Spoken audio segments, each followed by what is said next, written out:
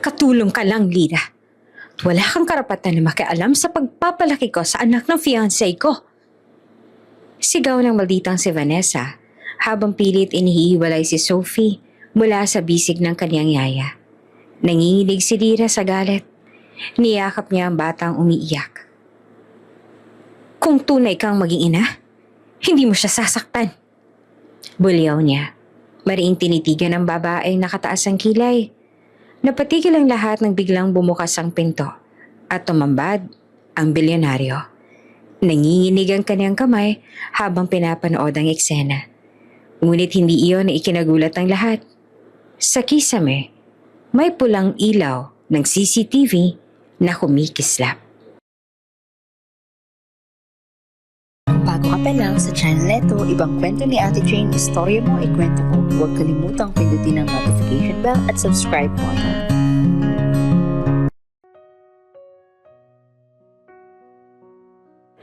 Sa loob ng malawak na mansyon ng mga De Leon, tahimik ang umagang iyon. Ang mga kortina ay nakabukas. Pinapasok ang sinag ng araw na dahan-dahang bumabalot sa marmol na sahig. Sa isang sulok ng sala nakaupo si Sophie, ang 6 na taong gulang na anak ni Damian. Nakasuot siya ng simpleng kulay rosas na bestida. Nakalugay ang buhok at hawak-hawak ang paborito niyang manika. Mommy? Bulong ng bata habang nakatingin sa laruan. Hindi niya namalayang may paparating na mga yabag sa hagdan. Malalakas at matutunog na tila ba sadyang pinaparinig sa buong bahay ang dating ng hakbang. Lumabas mula roon si Vanessa, ang fiancé ng kanyang ama. Naka-high heels, suot ang mamahaling silk robe, nakataas ang kilay habang tinititigan ang bata. Sophie, malamig ang sabit. Ilang beses ko bang sasabihin na huwag mong ikalat ang mga laruan mo dito sa sala? Para kang walang pinag-aralan. Napayuko ang bata. Mabilis sa tinipon ng mga laruan. Ngunit kahit anong pilit niyang maging mabilis, may narinig siyang malakas sa tunog. Isang manika ang nalaglag at gumulong sa paanan ni Vanessa. Diyos ko, pati ba naman to? Nakakainis! Sigaw ng babae. Sabay tadyak sa manika hanggang sa lumapad ito palayo. Wala ka talagang pakinabang. Anak ka nga ni Damian, pero mukhang wala ka namang angking ganda o talino. Kawawa naman ang tatay mo. Parang binuhusan ng malamig na tubig si Sophie. Naninikip ang dibdib niya at gusto na lang umiyak. Pero pinigilan niya. Alam niyang hindi gusto ni Vanessa na makita siyang mahina. Ngunit sa gilid ng sala, may isang pares ng mata ang nakamasid. Si Lira, ang kanilang katulong. Nakahawak si Lira sa tray na may dalang juice para kay Sophie.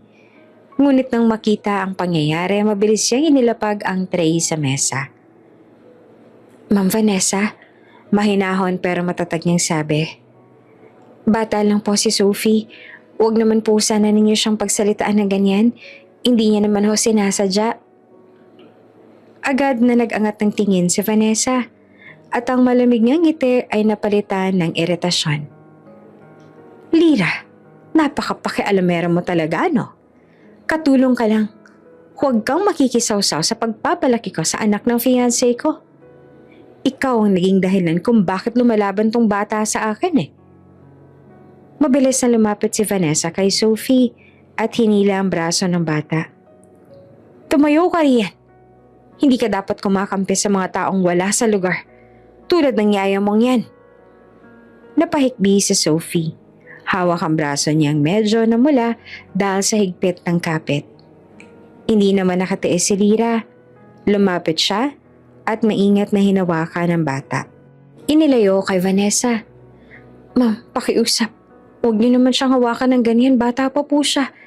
Kung may pagkukulang man, ako na lang ho sisihin ninyo. Tumaas lalo ang kilay ni Vanessa. Ikaw? Inaako mo talaga na ikaw ang dahilan kung bakit lumalaban sa akin ang batang ito? Hindi ka ba natatakot na mawalan ng trabaho? Ngumiti si Lira, ngunit halatang nanginginig ang kanyang mga kamay habang niyayakap si Sophie. Hindi ko ho kayang panoorin na ginaganyan niyo siya. Hindi trabaho ang iniisip ko ngayon kundi kapakanan ng bata. Kapakanan? Mapait na tawa ni Vanessa. Wala kang alam sa buhay ko, Lyra. Wala kang karapatang turuan ako kung paanong maging ina. Tandaan mo, ako ang magiging asawa ni Damian. Kaya ako lang ang dapat na masunod dito. Sa isang iglap, tumahimik ang buong paligid. Ang tanging maririnig na lang ay ang hikbi ni Sophie na narikadikit sa dibdib ni Lyra. Ang mga kasambahay sa likod ay nagkakatinginan, nangingimi, pero walang nagsasalita. Alam na lang delikado ang sumalungat kay Vanessa. Ngunit, iba si Lyra. Kahit na nanginginig ang kanyang boses, nagsalita siyang muli. Kung tunay kayong magiging ina, Ma Vanessa, hindi niyo sasaktan ng batang to. Hindi niyo siya lalaitin, sa halip ay mamahalin. Ang isang bata, lumalaking ayon sa kung anong nakikita at naririnig. Kung puro pangungot siya, paano siya magiging masaya? Sandaling natigilan si Vanessa, tila na-offend sa diretsahang mga salita ng katulong. Pero agad ding bumalik ang pangiinsulto sa kanyang muka. Ang kapal naman ng mukha mo, Lyra. Sa tingin mo may puwang ka para pangaralan ako? Katulong ka lang. Huwag mong kalimutan kung saan ka nakatayo. Bago pa man makasagot si Lyra, biglang bumukas ang pinto ng mansyon. Vanessa, Lyra, anong ingay ito? Malalim at malamig ang boses na pumuno sa buong sala. Napalingon silang lahat. Nakatayo sa bungad si Damian. Suot ang kanyang dark suit, hawak ang cellphone sa isang kamay. Kita sa kanyang mga mata ang gulat at pagtatanong habang nakatitig sa eksenang bumungad sa kanya. Si Sophie. Umiiyak na nakayakap sa yaya niyang parang takot na takot. Si Vanessa. Nakataas ang kamay na tila handang manakit muli. At si Lyra, matatag na nakaharang sa pagitan nila. Daddy? Umiiyak na tawag ni Sophie. Sabay takbo sa ama. Agad siyang binuhat ni Damian at lalong lumalim ang kanyang paghinga nang makita ang pamumula sa braso ng anak. Nagkatinginan sina Vanessa at Lyra. Si Vanessa mabilis nang ngumiti, tila nagsusuot ng maskara. Honey, hindi mo naiintindihan. Nagwawala lang ang bata. Sinusubukan ko lang siyang disiplinahin. Pero bago pa siya makapagsalita pa, nakatingin si Damian sa kisame. Tahimik siya, ngunit halatang kumukulo ang damdamin. At sa sandaling iyon, walang nakakaalam kung sino ang unang babagsak. Ang malupit na fiancé o ang katotohanang matagal nang tinatago. Lumipas ang ilang araw matapos ang insidenteng mundik madatna ni Damian. Akala ni Lyra ay matatauhan si Vanessa. Ngunit lalo lamang lumalala ang trato nito kay Sophie. Kapag wala ng bilyonaryo sa mansyon, bumabalik ang tunay na anyo ng fiancé. Mapanlait, mapanakit, at walang habag sa bata. Isang hapon, tahimik na naglalaro si Sophie sa kanyang kwarto. May hawak siyang krayola at notebook kung saan ginuguhit niya ang isang pamilya. Siya, ang kanyang ama, at isang babae na hawak ang kanyang kamay. Walang mukha ang ginuhit niya para sa ina. Tila ba hindi niya alam kung sino ang dapat na ilagay. Pumasok si Vanessa na hindi man lang kumakatok. Ano yan? Malamig ang tono. Lumapit siya at kinuha ang notebook. Nang makita ang guhit, hindi mo ba alam na nakakahiya yan? Ang pangit ng drawing mo. Wala kang talento, Sophie. Natigilan ng bata. Napayuko siya. Pilit pinipigilang umiyak. Ngunit naroon si Lyra. Tahimik na nakatayo sa gilid. Abala sana sa pag-aayos sa mga damit. Ma'am Vanessa? Magalang ngunit mariing wika ni Lyra. Ginuguhit lang po niya ang gusto niyang pamilya. Wala naman na yatang masama doon. Agad siyang nilingon ng fiancé. Ikaw na naman? Hindi ba't sinabi ko na, huwag kang makikialam sa pagpapalaki ko sa batang ito. Baka nakakalimutan mong wala kang karapatan para magturo. Ngumisi siya at binalik ang notebook kay Sophie. Ngunit hindi na ito maayos. Pinunit niya ang kalahating pahina bago ibinagsak sa sahig. Maglinis ka ng kalat mo. Hindi ko kailangang makita ang mga walang kwentang guhit na yan. Hindi na nakapagtimpi si Sophie. Umagos ang luha sa kanyang pisngi. Mabilis na nalapitan siya ni Lira. Marahang pinahid ang luha at mahigpit na niyakap ang bata. Shhh! Tahan na, Iha. Magaling ka. Maganda ang drawing mo. Bulong niya habang pinapakalma ang bata. Ngunit sa loob-loob niya, kumukulo ang galit. Paulit-ulit na ba talagang ganito ang mangyayari? Kinabukasan, mas matindi ang pangyayari. Habang naglalaro si Sophie sa maliit na mesa, aksidenteng natapon nito ang basong may gatas. Kumalat ang puting likido sa marmol na sahig. Mabilis siyang tumayo. Halatang kabado. Sorry po. Narinig iyon ng fiancé na noon ay pababa ng hagdan. Ano na naman to? Mabilis siyang lumapit. Kita ang apoy sa mga mata. Hinila niya ang bata sa braso at tinaasan ng kamay. Tila ba handang sampalin. Sophie, lagi ka na lang palpak. Wala ka mararating kung puro kagaguhan ang ginagawa. Pero bago pa dumampi ang kamay niya, mabilis na sumingit si Lira. Nahawakan niya ang braso ni Vanessa. Pinigilan ng paglapag ng sampal. Ang lakas ng pagkakakabig kaya napaatras si Vanessa. Napatingin sa kanya na puno ng galit. Anong ginagawa mo? Singhal ng fiancé. Ma'am, tama na po. Nanginginig ang boses ni Lira pero hindi siya umurong. Hindi po kasalanan ni Sophie na matapon ng gatas. Hindi niya naman po sinasadya yun. Bata lang po siya. Huwag niyo naman siyang saktan. Napakagatlabi si Vanessa. Halos hindi siya makapaniwala na hinaharang siya ng isang katulong. Ikaw, nakakalimot ka na yata kung sino ka. Ako, ang magiging asawa ng amo mo. At isa ka lang tauhan dito. Ngunit sa halip na umatras, tumingin si Lira ng diretso sa kanyang mga mata. Kung totoo kayo magiging ina, hindi niyo kailanman itataas ang kamay niyo sa isang bata. Kahit ano pa pong posisyon ko rito, hindi ko hahayaang may masaktan na inosente. Natigilan si Vanessa. Saglit na natahimik ang paligid. Tanging mga hikbi ni Sophie ang maririnig. Nakaamba pa rin ang kanyang kamay. Ngunit dahan-dahan niya itong ibinaba, sabay talikod. Bahala ka, malamig yung sambit. Pero tandaan mo, Lira, isang tawag lang kay Damian at pwede kang mawala sa mansyon na ito. Mabilis siyang umalis, iniwan ang tensyon sa silid. Agad na yumakap si Sophie kay Lira, humahagulgol. Iyaya, natatakot ako kay Tita Vanessa. Ayoko na po. Mahigpit na niyakap siya ni Lira. Pinapahid ang mga luha ng bata. Huwag kang matakot, Sophie. Nandito ako. Hindi kita pababayaan. Umupo sila sa gilid ng kama at buong gabi, hindi bumitaw si Lira sa yakap. Sa bawat tikbi ng bata, mas lalo siyang nagtatag ng panata sa kanyang sarili na anumang mangyari, hindi niya hahayaang masaktan si Sophie. Ngunit habang dumadaan ang mga araw, mas malinaw sa kanya na hindi na ordinaryong sitwasyon ang kinakaharap nila. Ang mga masasakit na salita ni Vanessa ay nagiging tila mga sugat sa puso ng bata. At ang takot na baka balang araw ay hindi na siya umabot para pigilan ang kamay ng fiancé. Iyon ang lalong nagpapabigat sa dibdib ni Lira. Sa dilim ng gabi habang natutulog si Sophie, nakaupo si Lira sa tabi ng kama. Nakatingin sa maliit na mukha ng bata. Tahimik siyang nagdasal. Diyos ko, bigyan ninyo ako ng lakas. Hindi ko alam kung hanggang kailan ko kakayanin, pero hindi ko kayang makita siyang laging umiiyak.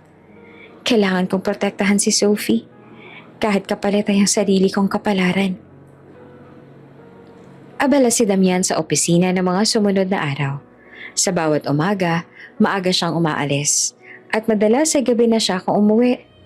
Ang mga tawag mula sa board, meeting sa investors, at pag-aasikaso sa bagong proyekto ang kumakain ng halos lahat ng kanyang oras.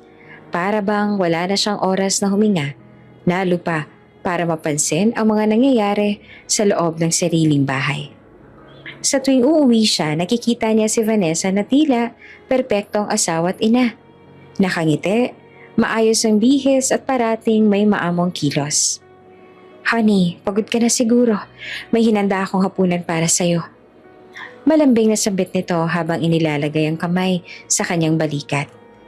Si Sophie, kadalasan ay tahimik na nakaupo sa gilid ng mesa. Nakatungo, naglalaro sa pagkain, at bihirang magsalita. Kapag titingnan siya ng ama, agad itong ngingiti ng pilit. Parang ayaw ipakitang may mali. Ngunit ang mga mata ng bata namumugto, tila may mga luhang pinipigilang bumagsak. Daddy, kumain ka na po. Mahinang wika ni Sophie minsan. Ngumiti si Damian at hinaplos ang ulo ng anak. Salamat anak. Hindi niya napansin ang pagkagatlabi ni Lira na nakatayo sa di kalayuan. Hawak ang pitsyel ng tubig. Sa likod ng bawat masayang eksena, alam ni Lira ang totoo. Kanina lamang, bago dumating si Damian, muntik nang mapaluhod si Sophie sa sahig dahil pinilit ni Vanessa na tapusin agad ang pagkain. Nang makita niyang nahirapang lumunok ang bata, napilitang pakialaman ni Lira kaya't pinagbuntonan siya ng sisi. Kung hindi mo siya laging kinakampihan, marunong na sana siyang sumunod. Sigaw ni Vanessa kanina.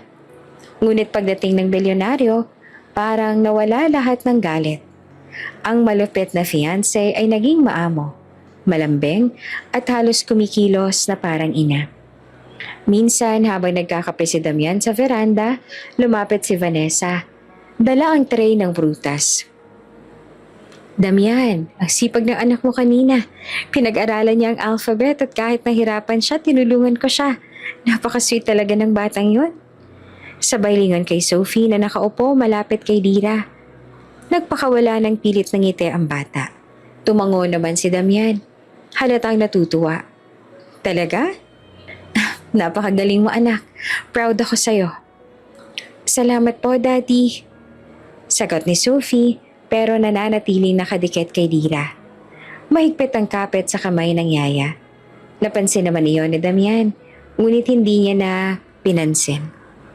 Sa isip niya, baka talagang malapit lang ang bata sa nag-aalaga.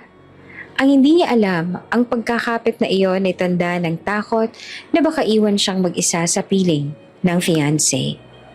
Si Lira naman sa bawat eksena ay tila binabalutan ng puot na hindi niya maibulalas. Gusto niyang isigaw ang lahat. Ang mga masasakit na salitang binitiwan ni Vanessa. Ang bawat pagkakataong muntik ng masaktan ng bata. Ang mga gabing iyak ng iyak si Sophie sa takot. Pero pinipigilan niya ang sarili. Alam niyang kapag nagsalita siya ng walang patunay, baka siya pa ang mapalayas. Sa hapag, isang gabi habang kumakain ng pamilya, biglang nagsalita si Vanessa. Honey, napansin mo ba?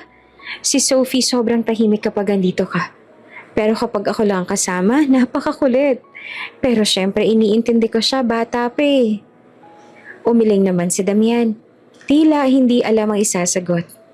Tumingin siya sa anak na walang imik. Tahimik lang siguro talaga siya.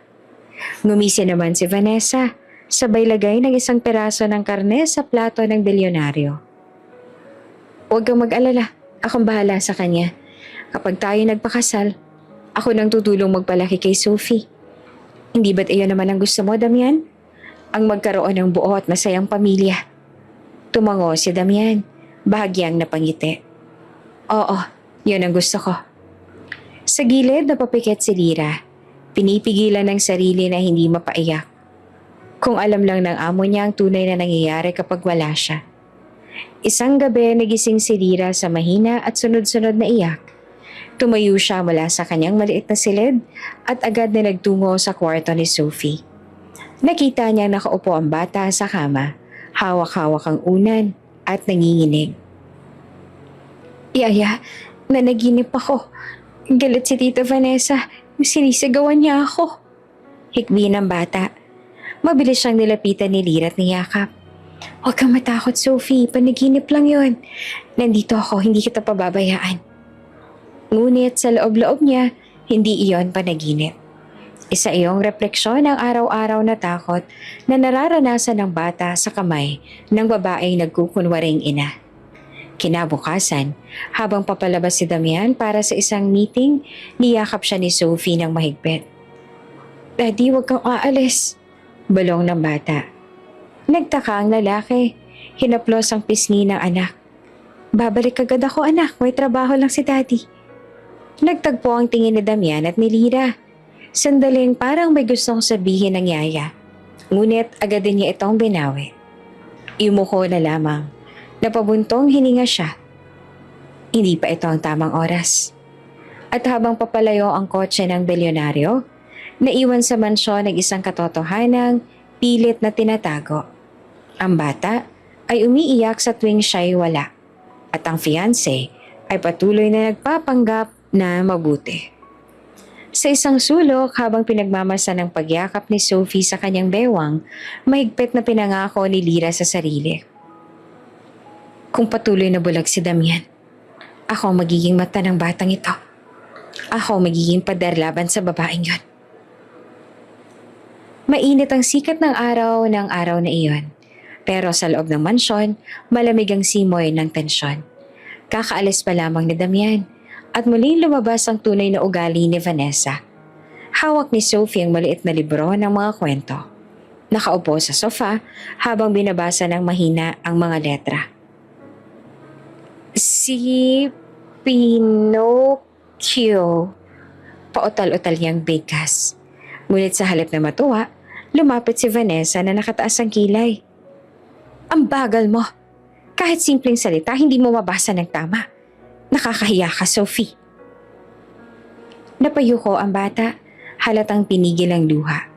Sa gilid, si Lyra na noon ay naglilinis ng mesa, hindi na nakatiis. Lumapit siya at maingat na tinapik ang balikat ni Sophie. "Ayos lang, Iha. Matututo ka rin. Bawat isa sa atin may sariling bilis sa pag-aaral." Mabilis na nag-ikot ang mata ni Vanessa. "Hindi ba't sinabi ko na? Huwag kang sumabat-sabat kapag tinuturuan ko ang bata." Hindi na nagpakumbaba si Lyra. Diretso niyang tinignan si Vanessa. "Ma'am, pakiusap. Huwag na po ninyong idamay si Sophie sa galit ninyo. Bata lang siya at natututo pa." Parang napaso naman si Vanessa sa sinabi. "Ano?" Halos pasigaw niyang sagot. "Ikaw, isang katulong. Naglalakas loob ka talagang sabihan ako kung paano kausapin ang bata?" Hinila niya si Sophie mula sa sofa. Ngunit mahigpit na kumapit ang bata kay Lyra. "Ayoko po. Huwag niyo akong iwan, yaya." Humahagulgol na wika ni Sophie habang nakapulupot sa bewang ni Lyra. Mariing tumingin si Lyra kay Vanessa. "Hindi na po ito tama. Kung may problema kayo, ako na lang ang harapin ninyo. Huwag niyang saktan si Sophie. Hindi niya kasalanan kung hindi siya perpekto." Nanginginig ang baba ni Sophie. Pero mahigpit pa rin ang kapit niya sa kanyang yaya. Parang natatakot na agawin siya anumang oras. Humakbang si Vanessa palapit. Nanlilisik ang mga mata. "Lyra, makinig ka. Isa ka lang empleyado dito. At bilang amo, may kapangyarihan akong paalisin ka sa oras at sa gusto ko. Kung gusto mong manatili, manahimik ka at sumunod."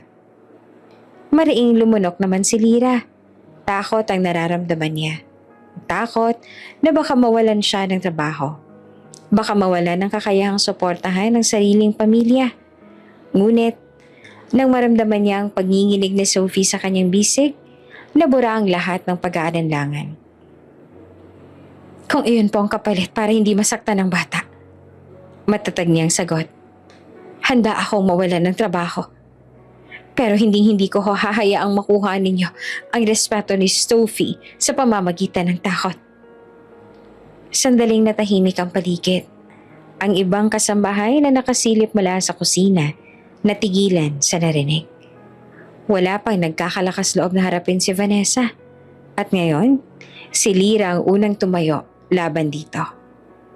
Nagtawid ng ngiti ang fiancé, pero halatang puno ng galit. "Sige, maghintay ka lang, Lyra.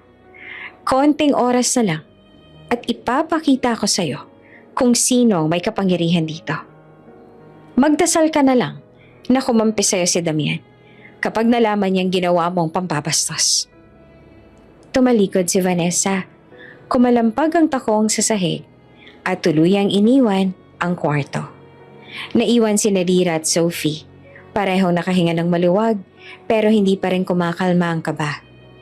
Nang makita niyang tuloy-tuloy ang pag-iyak ng bata, hinaplos ni Lira ang buhok nito at dinala sa kwarto. Pinaupo niya si Sophie sa kama at tinabihan. Yaya, aalis ka ba? Kasi galit si Tita Vanessa. Nanginginig ang tinig ni Sophie. Umiling si Lira. Pinisil ang kamay ng bata. Hindi ako aalis hanggat kailangan mo ako. Kahit pagalit siya, hindi kita iiwan. Niyakap siya ni Sophie ng mahigpit. Tila ba ayaw nang bumitaw. Ang init ng yakap ng bata ay nagsilbing lakas kay Lira. Kahit anong banta ni Vanessa, mas mahalaga ang kaligtasan at kagalakan ng batang minahal niya na parang sariling anak. Sa mga sumunod na araw, mas ramdam na ni Lira ang malamig na tingin ni Vanessa sa kanya. Kapag kaharap si Damian, mabait ito. Puno ng lambing at kunway inaalagaan si Sophie. Ngunit sa likod ng mga ngiti, nagbabantang titig ang ibinabato niya kay Lira. Para bang sinasabing, oras mo na lang binibilang ko.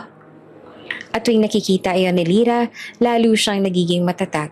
Hindi siya aatras. Hindi siya uurong. Dahil sa bawat takot ni Sophie, siya ang sandalan. Isang gabi bago matulog si Sophie, mahigpit ang pagkakayakap niya sa kamay ng Yaya. Yaya, promise mo ha, hindi mo ko iiwan kahit anong mangyari. Ngumiti si Lira at tinapik ang pisngi ng bata. Pangako, Iha, hanggat kaya ko. Ako magiging tagapagtanggol mo. At sa labas ng silid nakatayo si Vanessa, tahimik na nakikinig. Mapait ang ngiti sa kanyang labi. Parang nagbabalak ng panibagong plano. Tahimik ang gabi sa mansyon. Ang ilaw sa hallway ay mahina lamang at tanging lagitik ng orasan ang maririnig. Pero sa isang sulok ng opisina ni Damian, nakasinde ang isang monitor na konektado sa mga CCTV camera na ipinalagay niya ilang linggo na ang nakakaraan. Hindi iyon alam ni Vanessa. Ang intensyon ni Damian noon ay para sa seguridad ng kanyang anak, lalo na't madalas siyang wala sa bahay. Ngunit sa hindi inaasahang pagkakataon, magsisilbing saksi iyon ng mga kamera sa tunay na nangyayari. Tahimik ang gabi sa mansyon. Sa labas, maririnig ang ihip ng hangin na humahampas sa mga kortina ng bintana ni Sophie. Sa unang tingin, payapa ang lahat. Ngunit sa loob ng silid ng bahay, ibang mundo ang nagaganap. Si Vanessa nakatayo sa harap ng maliit na mesa kung saan naglalaro si Sophie gamit ang krayola at papel. Ano ba yan, Sophie? Ang pangit naman ang ginagawa mo. Malamig na sambit nito habang tinatapon ang guhit ng bata. Napayuko si Sophie, pigil ang luha at dahan-dahang kinolekta ang mga krayola. Hindi siya umimik. Natatakot na baka lalo pang magalit ang babae. Mula sa gilid, tahimik na nanonood si Lira. Nakalapit siya, handang awatin ang anumang sobra na namang salita o galaw ng fiancé ng kanyang amo. Ma'am Vanessa, bata lang po si Sophie. Normal lang po na hindi perpekto ang mga drawings niya. Malumanay niyang sabi. Sinusubukang pakalmahin ang sitwasyon. Agad siyang tiningnan ng masama ni Vanessa. Huwag ka nga makisawsaw. Katulong ka lang dito. Kung hindi ka lang importante sa batang yan, kanina pa kita pinaalis. Ang tono nito ay mabigat, puno ng panlalait. Tumahimik si Lira. Nanginginig ang mga daliri, ngunit pinili niyang huwag gumante. Sa isip niya, kailangan niyang manatiling matatag para kay Sophie. Nang umalis si Vanessa sa kwarto, humagulgol si Sophie at mabilis na yumakap kay Lira. Yaya, ayoko na kay Tita Vanessa, masama siya. Ikbi ng bata. Pinahid ni Lira ang mga luha ng bata at bumulong. Shhh, nandito lang ako. Hindi kita pababayaan. Habang pinapatahan niya ang bata, hindi niya alam na sa likod ng painting na nakasabit sa dingding, may nakatagong CCTV camera. Noon pa man, si Damian ay nagpalagay ng mga security camera sa isang silid ng mansyon, kasama ang silid ng kaniyang anak. Ngunit, dahil abala sa negosyo, nakalimutan niya ng suriin ang mga footage. Ang mga mata ng kamera ay tahimik na saksi sa bawat eksenang nagaganap. Isang linggo ang lumipas, paulit-ulit na nangyari ang mga ganitong tagpo. Minsan, kapag wala si Damian, si Vanessa ay palihim na sinasabunutan ni Sophie dahil sa mga simpleng pagkakamali. "Bakit ang dumi-dumi mo? Hindi ka talaga marunong mag-ingat." Sigaw niya minsan, sabay tulak sa bata sa kama. Sa mismong oras na yon, mabilis na sumalo si Lira para hindi matamaan ng matigas na headboard ang bata. "Ma'am Vanessa!" Sigaw niya at nanginginig sa galit. Ngunit alam niyang wala siyang laban. Ang nagawa niya lang ay yakapin si Sophie at protektahan ito. "Kung hindi lang kita kailangan para hindi ako mapag-initan ng mga tao, kanina pa kita pinaalis." Bulong ni Vanessa kay Lira bago ito umalis ng silid. Naiwan si Lira, kasama ang batang humahagulgol na parang basag na basag ang puso. Pinisil niya ang kamay ng bata. Pinapangako sa sarili na hindi niya hahayaan na tuluyang masaktan si Sophie. Habang abala ang lahat, patuloy lang ang CCTV camera sa pag-record ng mga eksenang iyon. Lahat ng sakit, lahat ng pagluha, lahat ng pagtanggol ni Lira, lahat iyon ay naitatala ng hindi alam ni Vanessa. Isang gabi habang natutulog si Sophie sa kanyang kandungan, napatingin si Lira sa paligid ng silid. Napansin niya ang kakaibang pagkakabit ng painting sa dingding. Hindi niya ito binigyan ng pansin noon. Ngunit ngayong gabi, parang may kakaibang pakiramdam siyang bumalot sa kanya. Lumapit siya at bahagyang sinilip ang likod ng frame. Halos mapahawak siya sa dibdib nang makita ang nakatagong kamera. "Diyos ko!"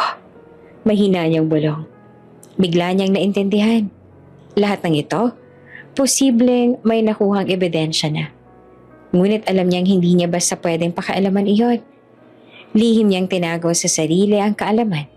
Umaasang darating ang araw na mabubuksan ang katotohanan.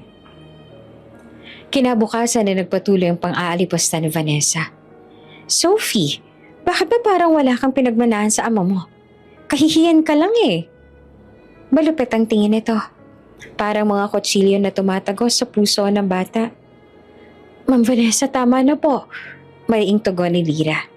Bagaman nanginginig ang tinig, lumapit siya at inagaw si Sophie mula sa kamay ng babae. "Huwag mo siyang saktan." Sandali silang nagtama ng tingin. Si Vanessa, puno ng galit at pananakot. Si Lira, puno ng determinasyon, kahit takot. Hindi man siya magsumbong, alam niyang hindi siya matitinag basta para kay Sophie. At sa likod ng lahat ng yun, patuloy na umiilaw ang pulang dot ng CCTV camera. Tahimik, ngunit handang ibunyag ang lahat sa tamang oras. Ang lihim na iyon na magiging mitsa ng pagbagsak ni Vanessa. Ngunit hindi pa ngayon, hindi pa oras. Sa mga gabing sumusunod, mas lalo pang naging malapit si Sophie kay Lira para na siyang ina ng bata. Ang kanlungan sa gitna ng takot at kalupitan.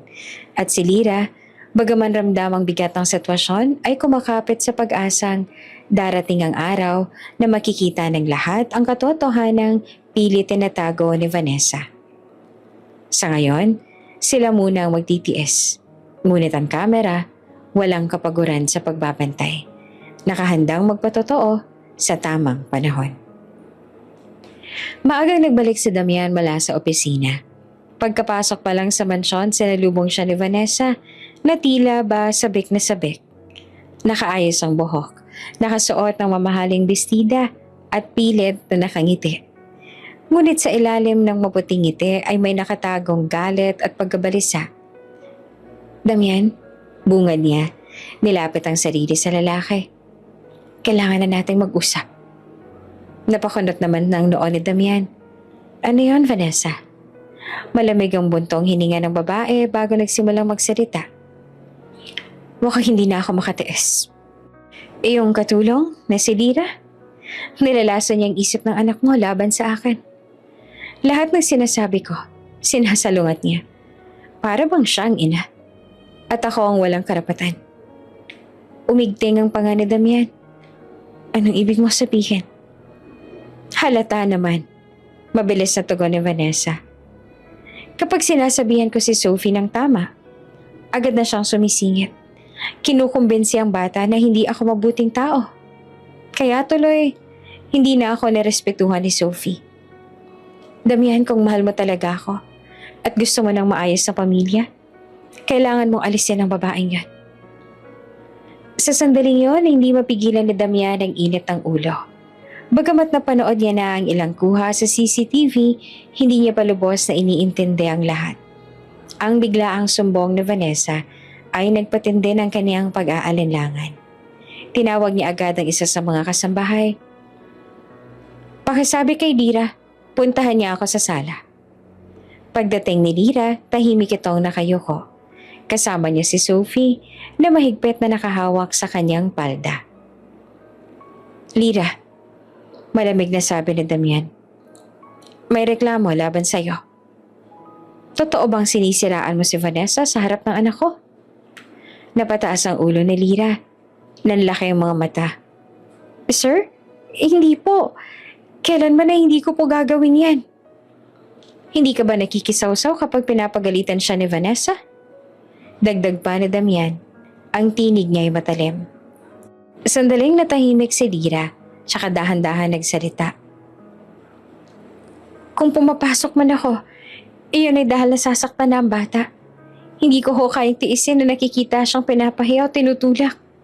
Sir, hindi po ako nangang-away. Tinutupad ko lang po ang tungkulin ko. Ngunit bago pa siya makapagsalita ng higit, sumabat si Vanessa. Ayan ka na. Kita mo na, Damian? Hindi siya marunong rumespeto. Palagi siyang may palusot. Paano ka makakatiyak na hindi siya minamaniobra ang isip ng anak mo? Lumapit si Sophie. Humikbe at yumakap kay Lira. Daddy, hindi totoo yun. Si Yaya Lira lang ang laging nagtatanggol sa akin. Huwag mo siyang palayasin, please. Nagngingit-ngit na si Damian. Hindi dahil sa anak, kundi dahil sa gulong nangyayari sa mismong bahay niya. Enough! Sigaw niya. Lira, ilang taon ka nang nasa serbisyo ko. Pero kung nilalason mo ang relasyon ng pamilya ko, hindi ko iyon palalampasin. Isa ka lang empleyado rito. At kaya kitang paalisin anumang oras. Nanlamig si Lira sa narinig, parang tinusok ang kanyang puso. Hindi siya makapaniwala na sa kabila ng lahat ng sakripisyong ginawa niya para kay Sophie, ito pa ang igagante sa kanya. Tahimik siyang lumuhod upang kausapin ang batang patuloy na umiiyak. Sophie, huwag ka mag-aalala. Kahit saan ako mapunta, hindi kita kalilimutan. Hindi, ayoko. Halos pasigaw ang tugon ng bata. Basang-basa na ang pisngi ng luha. Daddy, please, huwag mong paalisin si Yaya. Siya lang nandyan para sa akin kapag wala ka. Nabitawan ni Damian ang malalim na buntong hininga. Napatingin siya sa anak at sandaling nanghina. Ngunit mabilis ding lumapit si Vanessa. Hinawakan ang braso niya. Damian, huwag kang magpadala sa iyak ng bata. Ito ang tamang gawin.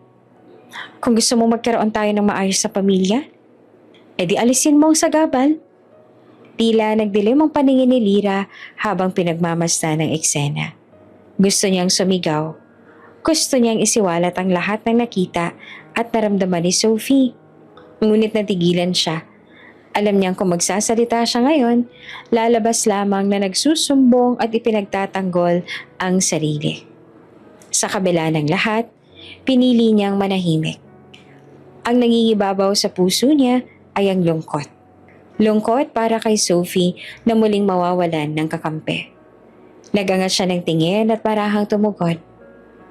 Sir Damian, kung iyon po ang desisyon ninyo, igagalang ko po. Pero sana, huwag mong ipagkait kay Sophie ang pagmamahal na kailangan niya. Baka hindi niya sabihin, pero ramdam ko ang bigat na dinadala ng puso niya. Hindi naman alam ni Damian kung bakit nanginginig ang dibdib niya sa mga salitang yon. Sandaling natahimik ang sala. Tanging hikbi lamang ni Sophie ang maririnig. Daddy, bulong ng bata. Mahigpit pa rin nakakapit kay Lyra. Kung palalayasin mo si Yaya, hindi na kita kakausapin. Hindi ko kayang mawala siya. Tumagos iyon sa puso ni Damian. Napalunok siya. Hindi alam kung paanong tatapusin ang sitwasyon. Si Vanessa naman ay sumingit muli. Nakikita mo? Nilaso na talagang isip ng anak mo. Pinapapili ka niya, Damian. Ako ba o ang katulong? Sa tanong na yon, tila humaba ang katahimikan. Walang sumagot. Si Damian ay nananatiling nakaupo. Hawak ang sentido. Habang si Lyra ay nakaluhod pa rin. Tinatanggal ang mga luha ni Sophie. Ang isang maling akala, ang isang kasinungalingan, at ang isang pusong puno ng pangamba. Iyon ang bumalot sa buong mansyon. At sa gitna ng lahat, si Damian ay hindi pa handang aminin sa sarili kung sino ba talaga ang dapat paniwalaan. Tahimik ang buong mansyon ng gabing iyon. Halos lahat ng kasambahay ay nagpapahinga na. Tanging ilaw ng mga chandelier sa hallway ang nagbibigay liwanag. Galing sa mahaba at pagod na araw sa opisina, dumating si Damian nang halos hating gabi na. Papasok na siya sa sariling kwarto nang makarinig ng mahihinang sigaw mula sa silid ng kanyang anak. Tumigil ka, Sophie. Huwag kang umiyak para lang sa atensyon. Boses iyon ni Vanessa, puno ng inis at panghahamak. Napahinto si Damian. Parang may malamig na dugong dumalay sa kanyang batok. Dahan-dahan siyang lumapit at bahagyang idinikit ang tenga sa pinto. Muli niyang narinig ang boses ng kanyang anak. Mahina, garalgal, at puno ng takot. Tama na po, tita, please. Kasunod noon ay ang tunog ng isang bagay na nahulog at ang mabilis na yapak ng mga paa. Hindi na nakapigil si Damian. Marahas niyang pinilit ang seradora at bumungad ang eksenang hindi niya kailanman inakalang makikita. Nasa gitna ng kwarto si Vanessa, nakataas ang kamay. Handang hampasin si Sophie gamit ang isang stuffed toy na tila ginawang pamalo. Nakatalukbong ang kumot ng bata, nanginginig habang pilit na umiiwas. Ngunit bago pa tuluyang bumagsak ang kamay ni Vanessa, mabilis na pumasok si Lyra at sinalo ang galit nito. Mahigpit niyang hinawakan ang braso ng babae. Ma'am, tama na! Mariing wika ni Lyra. Nanginginig ang tinig ngunit matatag ang titig. Kung galit ka sa akin, ako na lang ang saktan mo. Huwag mong idamay ang bata. Napalingon si Vanessa. Gulat na gulat sa lakas ng loob ni Lyra. Bitawan mo ako. Walang karapatan ng tulad mo na pagsabihan ako. Walang karapatan? Mariin ang sagot ni Lyra habang pinoprotektahan si Sophie sa kanyang likod. Bilang tao, may karapatan akong itigil ang mali. At bilang yaya niya, responsibilidad kong ipaglaban siya. Si Sophie naman ay humagulhol. Mahigpit na niyakap sa bewang si Lyra. Yaya, huwag mo kong iwan please. Namutla naman si Damian habang pinagmamasa ng lahat. Para siyang natigilan, naninigas ang katawan at tanging pintig ng puso lamang niya ang naririnig. Ilang araw siyang pinaniwala ni Vanessa na si Lyra ang nagpapasama sa isip ng kanyang anak. Pero ngayong nasa harap niya ng katotohanan, ramdam niyang unti-unting guguho ang lahat ng tiwala niya sa babaeng akala niya'y magiging asawa. Damian! Sigaw ni Vanessa. Agad na nagbago ang tono. Pilit siyang umiti. Bagamat halatang nabigla sa presensya ng lalaki. Hindi mo naiintindihan. Pinapakalma ko lang ang bata. Nagwawala kasi. Huwag ka nang magsinungaling. Nakita akong lahat. Malamig na putol na Damian. Mabigat ang boses at nanilisik ang mga mata. Hindi nakakapagsalita si Vanessa. Lumapit si Damian sa anak na patuloy na humahagulhol. Marahan niyang hinaplos ang buhok nito. Ramdam ang panginginig ng bata. Sophie anak, andito na si Daddy. Mahinahon niyang bulong. Dad, huwag mong palayasin si Yaya please. Siya lang po nagtatanggol sa akin.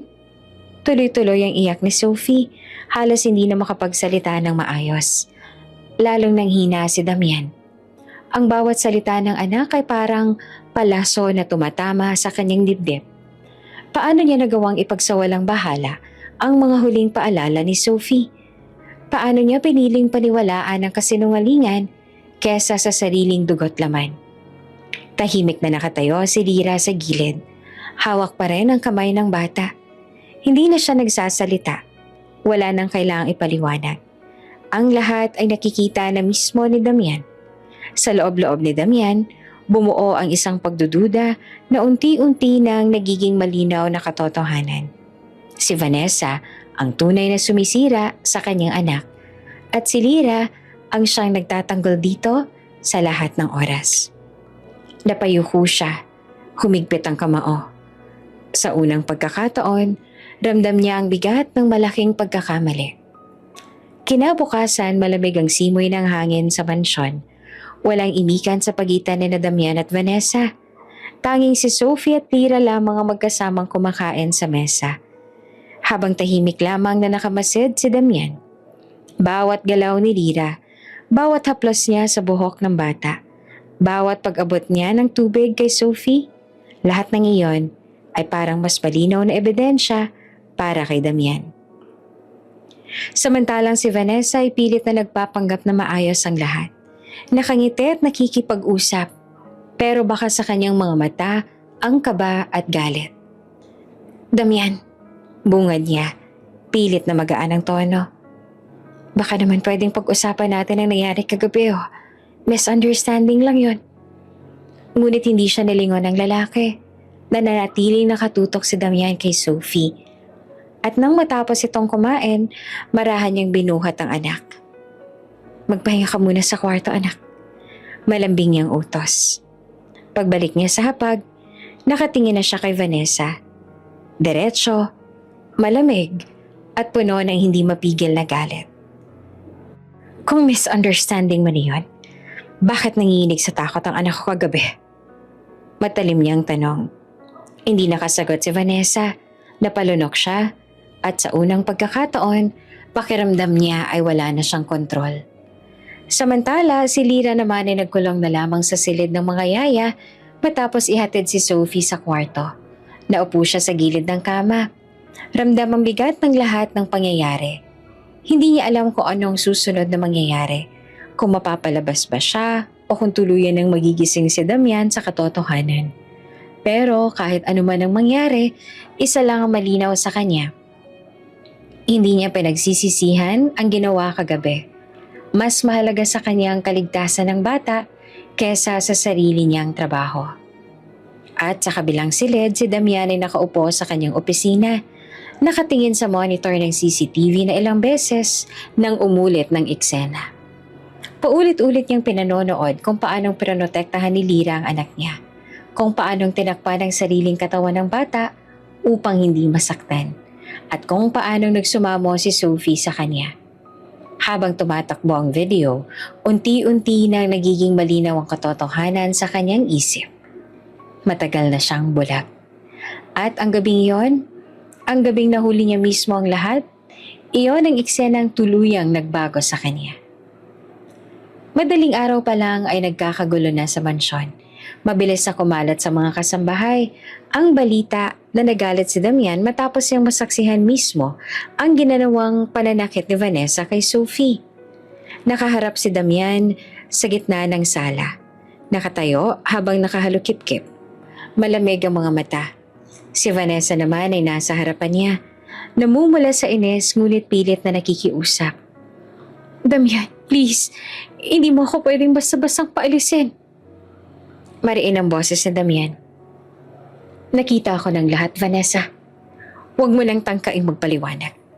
Pinahirapan mo ang anak ko at halos saktan pa. At hindi ko yon mapapatawad. Nanginginig ang labi ni Vanessa. Nagkakamali ka. Misunderstanding lang. Enough. Putol ni Damian. Ayoko nang marinig ang kahit anong palusot mo.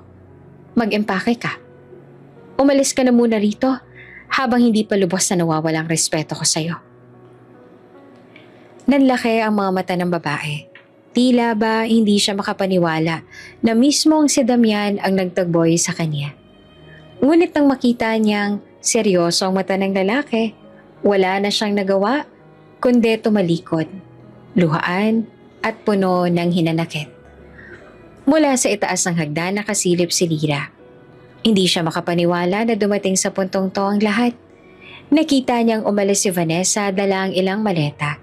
At kasabay noon, naramdaman niyang mas lalo pang magiging magulo ang sitwasyon. Sir Damian, mahina niyang wika. Lumapit siya sa lalaki patapos lumabas ang pinto si Vanessa. Salamat po na pinili niyo si Sophie. Pero sa tingin ko panahon na rin po para ako'y umalis. Napalingon si Damian, nagulat. Anong ibig mong sabihin? Pinilit ni Lira ang ngiti. Bagamat bakas ang lungkot sa mga mata. Ayoko pong maging dahilan ng mas malalaking gulo. Ang totoo, alam ko pong hindi magiging madali para kay Ma'am Vanessa na tanggapin ang presensya ko dito. At baka habang nandito ako, lalo lang siyang magalit kay Sophie. Mas mabuti na akong lumayo ako para hindi siya tuluyang masaktan. Natigilan si Damian. Gusto niyang kontrahin ang mga salita ni Lira. Ngunit sa sobrang bigat ng kanyang damdamin, hindi niya alam kung ano ang sasabihin. Maya-maya, bumaba si Sophie mula sa hagdan. Pupungas-pungas pa ang mga mata. Halatang bagong gising at umiiyak buong gabi. Nang marinig ang sinabi ni Lira, mabilis siyang tumakbo at yumakap sa kanya. Yaya, hindi ka pwedeng umalis. Sigaw ng bata tumahagulhol. Ikaw lang ang nandyan para sa akin. Kapag wala ka, sino nang kakampi ko? Mahigpit na niyakap ni Lira ang bata. Pilit na pinatatatag ang sarili. Sophie, hindi ko namang gustong iwan ka. Pero minsan, kailangan nating lumayo para sa ikabubuti ng lahat. Hindi ibig sabihin na hindi na kita mahal. Tandaan mo, lagi kang nasa puso ko. Hindi. Ayoko, Daddy. Sabihin mo kaya yan na huwag umalis. Napakagatlabi naman si Damian habang pinagmamasdan ng eksena. Napalapit siya sa anak at marahang hinawakan ng balikat nito. Anak, si Yaya Lira mahal ka. Kaya niya ginagawa ito. Pero napabuntong hininga siya. Kung ito ang nakikita niyang ikabubuti mo, kailangan nating igalang ang desisyon niya. Umiling si Sophie, mas lalong humagulgol. Hindi totoo yan. Hindi makakabuti na mawala siya. Ilang oras lang ang lumipas, nag-empake na si Lira ng kanyang mga gamit. Walang gaanong dala. Isang perasong damit at isang maliit na baul na puno ng mga alaala kasama si Sophie. Mga laruan, litrato at mga damit na siya mismong pumili noon pa man sa pamilihan. Habang inaayos ang mga gamit, tahimik na dumating si Sophie na upo sa gilid ng kama. Napayuko ito, ngunit walang imik. Patuloy na umaagos ang luha. Anak, mahinang tawag ni Lira. Sabay haplos sa buhok ng bata. Huwag ka mag-aalala. Hindi ibig sabihin nito na iiwan na talaga kita. Kapag naman kailangan mo ako, andito lang ako. Kahit saan. Promise, Yaya? Tanong ni Sophie, ang tinig ay puno ng pag-asa. Tumango si Lira, bagamat nangingilid ang sariling luha. Oo, promise. Sa may pinto ng silid nakatayo si Damian, tahimik na nakamasid. Hindi siya makapagsalita habang pinapanood ang dalawang pinakamahalaga sa buhay niya na maghiwalay. Alam niyang mali ang ipilit kay Lira na manatili, lalo na't ramdam niyang mabigat na para dito ang sitwasyon. Ngunit sa puso niya, malinaw ang isang bagay. Hindi niya hahayaang magtuloy-tuloy ang ganitong kalakaran. Nang matapos mag-ayos si Lira, maingat niyang kinuha ang kamay ng bata at hinalikan ito sa noo. Magpakabait ka lagi, Sophie. Lagi mong tatandaan na mahal kita. Mahigpit na yumakap si Sophie, halos hindi na bumitaw.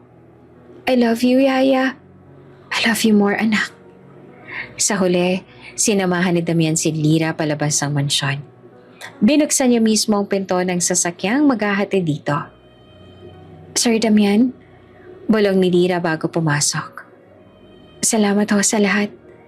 Sana alagaan niyo po si Sophie ng buong puso. Hindi naman agad nakasagot si Damian.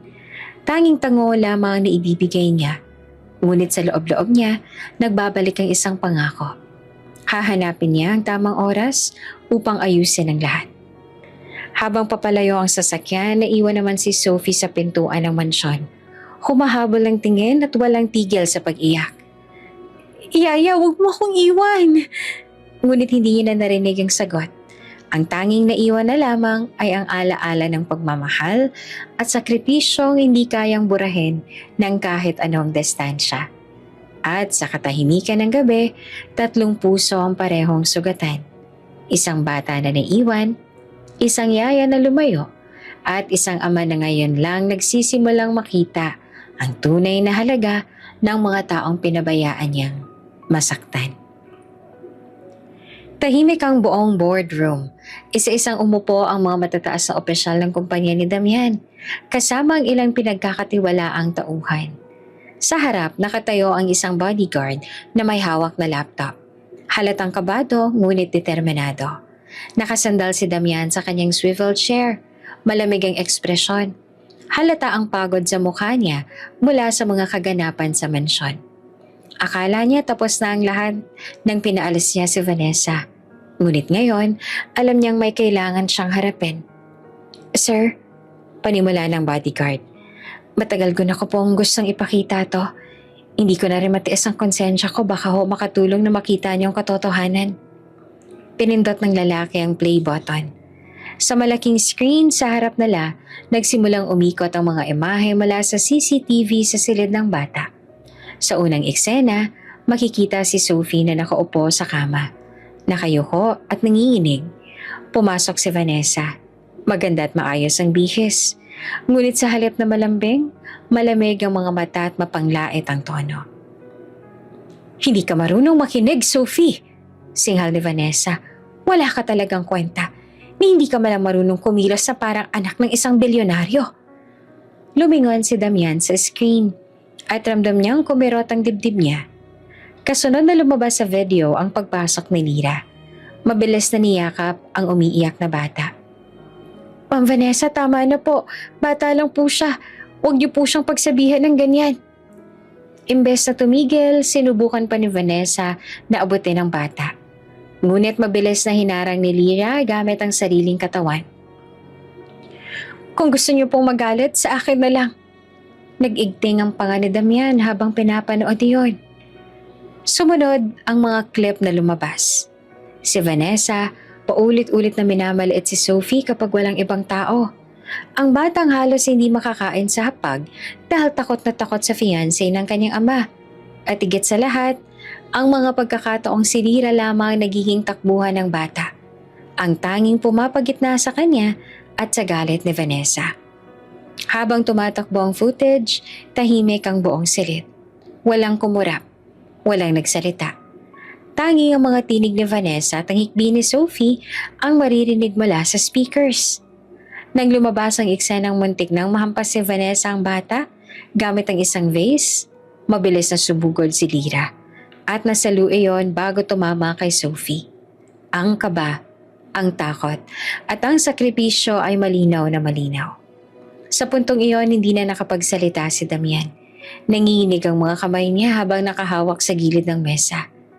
Pagkapindot ng bodyguard sa pos, dumagsa ang bigat ng katahimikan. Lahat ng nakaupo sa mesa ay nakatingin kay Damian. Naghihintay ng reaksyon. Sir, mahina ang boses ng bodyguard. Lahat po ng ito, ilang linggo ko nang hawak. Natatakot na akong ipakita sa inyo dati dahil baka isipin ninyong dalalasan ko kayo laban kay Ma'am Vanessa. Pero ngayon po hindi ko na kaya. Hindi ko kayang manahimik habang pinahihirapan ng bata at si Yaya Lira. Dahan-dahang tinungo ni Damian ang ulo. Pinisil ang sentido. Para siyang gumuho. Diyos ko, bulong niya. Anong klaseng ama ako? Nasa harap ko na pala ang lahat. Pero pinili kong pumikit. Pinaniwalaan ko ang mga kasinungalingan ni Vanessa at pinagdudahan ko pa si Lyra, ang taong tunay na nagmamahal sa anak ko. Ramdam niya ang pagkirot ng puso, parang dinudurog ng konsensya. Isang matandang board member ang tumikim. Damian, malinaw sa lahat ng ito na naloko ka. Hindi kasalanan na naging abala ka sa negosyo, pero kasalanan na hindi mo pinansin ang mga palatandaan. Mabuti na lang at may mga taong hindi sumuko para ipakita sa iyo ang katotohanan. Tumango ang iba, ngunit nananatiling tahimik ang lahat. Alam nilang mabigat ang pinagdadaanan ni Damian. Muling nagbukas ang bibig si Damian. Garal-gal ang tinig. Nahiya po ako sa anak ko. Mas lalo ako nahihiya kay Lyra. Ang akala ko, nilalason niya ang isip ni Sophie pero ngayon, Diyos ko, siya lang palang tunay na nagtatanggol sa kanya. Pumantig ang mga mata niya, halos mapaluha sa bigat ng kanyang kasalanan. Habang nakayuko, nagsalita ulit ang bodyguard. Sir, hindi pa naman huli ang lahat. May pagkakataon pa kayong ayusin to. Pero kailangan niyong kumilos ngayon. Hindi lamang para kay Sophie kundi para na rin kay Yaya Lyra na nag-alay ng lahat. Tumango si Damian ng mariin. Tama ka. Hindi ko hahayaang manatiling ganito.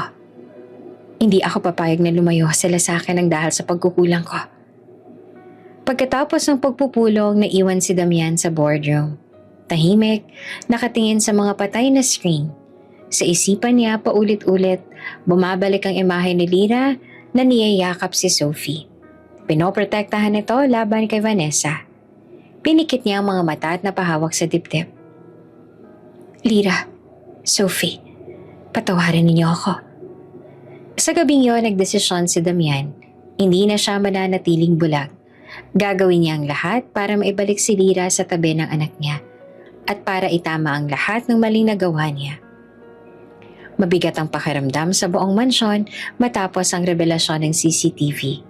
Halos hindi na makatingin si Damian sa anak niyang si Sophie dahil sa guilt na nararamdaman. Kung hindi pa nahuli sa video, baka hanggang ngayon ay bulag pa rin siya sa ginagawang pananakit ni Vanessa. Kinabukasan, nagpa siya siyang kumilos. Hindi siya mapalagay. Paulit-ulit niyang naaalala ang huling eksena, ang pagtulo ng luha ni Sophie habang umiiyak. Daddy, namimiss ko na po si Yaya Lyra. Ang pagtalikod ng babaeng matapang na nagbuwis ng sarili para kay Sophie. Hanapin natin siya. Matatag na wika ni Damian sa kanyang mga tauhan.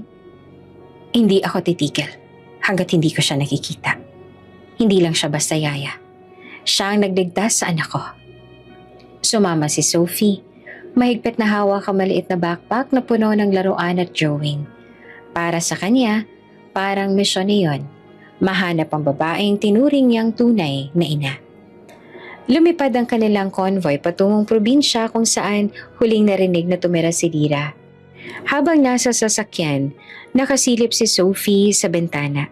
Sinusubukang hanapin ang pamilyar na anyo ng kanyang yaya. Daddy, makikita naman natin si Yaya, di ba? Nangingilid ang luha ng bata. Hinaplos ni Damian ang buhok ng anak. Oo naman anak, gagawin ko ang lahat. Pagdating nila sa isang maliit na bayan, agad silang nagtungo sa barangay hall upang magtanong. Maraming residente ang nagulat nang makita ang kilalang bilyonaryo. Pero mas nakatawag pansin ang batang babae na mahigpit na humahawak sa kanyang kamay. Isang matandang babae ang lumapit. Kung si Lyra ang hinahanap ninyo, may narinig akong bumalik nga siya dito kasama ng pamilya. Tahimik lang ang buhay nila sa may dulo ng baryo, doon sa tabing ilog. Nagningning ang mga mata ni Sophie. Daddy, doon na tayo. Ngunit pagdating nila sa tinutukoy na lugar, wala silang natatnan kundi isang maliit na kubo. Sarado ang pinto. May nakasampay na damit sa labas. May bakas sa mga yapak sa lupa. Palatandaang may nakatira nga. Kumatok si Damian. Ilang ulit pero walang sumagot. Sophie, baka wala sila ngayon. Malungkot niyang sambit. Pero Daddy, dito si Yaya, ramdam ko. Pilit ng bata. Habang abala sa paghahanap si Damian, pinakita naman ang simpleng buhay ni Lira kasama ang kanyang mga magulang at dalawang nakababatang kapatid. Maagang nagising si Lira upang tumulong sa kanyang nanay sa pagtitinda ng gulay sa palengke. Kahit mabigat ang puso, pilit niyang nginingitian ang pamilya. Para sa kanya, sapat nang malayo siya sa gulo at intriga ng Maynila. Sa bawat gabi, bago matulog, yakap-yakap niya ang maliit na manikang regalo sa kanya ni Sophie. Doon na lang siya bumubulong. Sana, ligtas ka palagi, Sophie. Hindi niya alam na sa mga sandaling yon, ilang kilometro lang ang layo ng batang hinahanap siya. Hindi pa rin sumusuko si Damian. Kinausap niya ang mga tanod. Nakipag-usap sa mga kapitbahay. Nagbigay ng pabuya sa sino mang makapagbigay ng tiyak na impormasyon. Ang hirap hanapin ang taong ayaw magpahanap, sabi ng isa niyang bodyguard. Ngunit si Sophie, mahigpit pa rin kumakapit. Daddy, huwag tayong umuwi. Promise mo, diba? Hahanapin natin si Yaya hanggang makita natin siya. Napayuko si Damian, muling binalot ng hiya sa sarili. Kung noon pa lang ay pinakinggan niya si Lira, hindi na sana ito lumayo. Sa kabilang banda, sa isang mamahaling cafe sa Maynila, muling nagpakita si Vanessa. Nakasuot siya ng dark shades at nakatago sa balabal. Tila isang aninong bumabalik mula sa nakaraan. Kasama niya ang isang lalaking mukhang hired goon. Hindi pa tapos ang laban. Malamig niyang sambit. Kung inagaw ng katulong na yon ang lugar ko, sisiguraduhin ko mawawala siya. At pati ang batang yon, hindi na makakabalik sa piling ng kanyang ama. Umalingaw-ngawang tawa niyang puno ng galit at panghahamak. Habang patuloy ang naghahanap si Damian at Sophie, hindi nila alam na paparating na ang pinakamalaking panganib sa kanilang pamilya. Tahimik ang hapon sa baryo. Nasa gilid ng ilog si Lira. Naglalaba kasama ang kanyang ina at mga kapatid. Nakasuot siya ng simpleng duster. Ang buhok ay nakapusod, ngunit hindi maitatago ang ganda ng kanyang mukha. Sa kabila ng ngiti, halata pa rin ang lungkot sa kanyang mga mata. Lira, baka naman bumalik ka na lang sa Maynila. Sambit ng kanyang ina habang pinipiga ang isang baro. Sayang naman ang kabutihan ng batang si Sophie sa'yo. Napailing si Lira. Nay, mas mabuti nang malayo ako. Ayoko maging dahilan ng gulo, lalo na't may fiancé na si Damian. Ngunit bago pa siya muling makasagot, may malakas na ugong ang dumating mula sa himpapawid. Lumingon ang lahat ng tao sa baryo. Helicopter? Gulat ng isa sa mga kapitbahay. Isang helicopter, 2, 3, hanggang 5 ang lumitaw, sabay-sabay na lumilipat. Pinaliligiran ng maliit na baryo na para bang isang eksena sa pelikula. Nag-unahan ang mga bata sa kalsada, nagsisigawan ng mga kapitbahay, at ang mga matatanda ay napapatakip ng tenga sa ingay ng mga makina. Diyos ko, baka may sundalo! Sigaw ng isang matanda. Hindi, mayaman yan. Sino kayang pakay nila rito? Hula ng isa pang babae. Sa gitna ng kaguluhan, isa-isang bumaba ang helicopters. Mula sa pinakamalaki, bumukas ang pinto at lumabas ang isang lalaking nakaitim na suit. Walang iba kundi si Damian. Kasunod niya si Sophie, nakasuot ng simpleng bestida, ngunit titaw ang tuwa sa kanyang mukha. Napatakip ang bibig ni Lira. Halos mabitawan ang pinipiga niyang damit. Diyos ko, si Sir Damian. Bulong niya.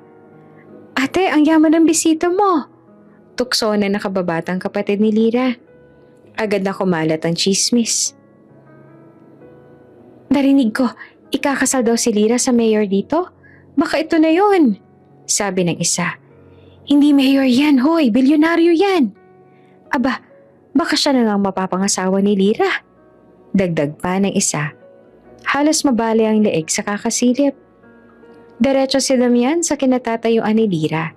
Walang pakialam sa mga matang nakamasid. Agad niyang sinalubong ang babae.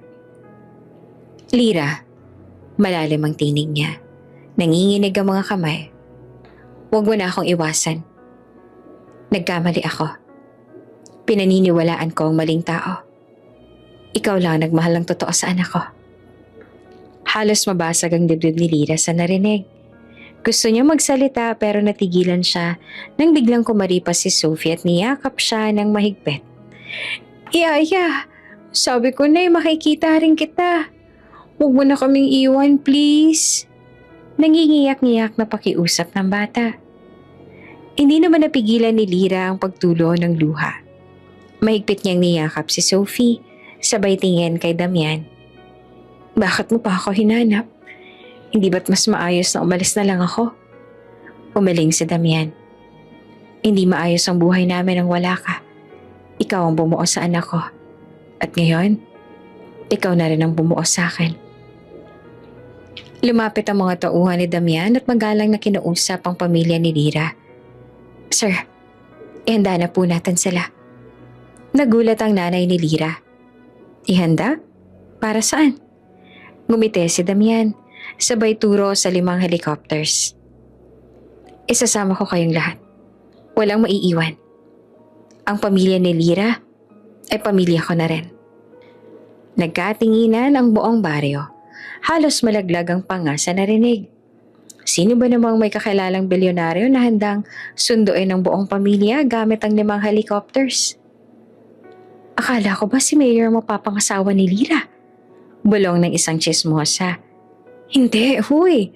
Mas mataas ang level niyan, bilyonaryong kumuha. Sagot ng isa. Halos mahimatay naman sa kilig. Isa-isang sumakay sa helicopters ang pamilya ni Lira. Nag-aatubiliman, wala silang nagawa ng personal silang aloke ni Damian.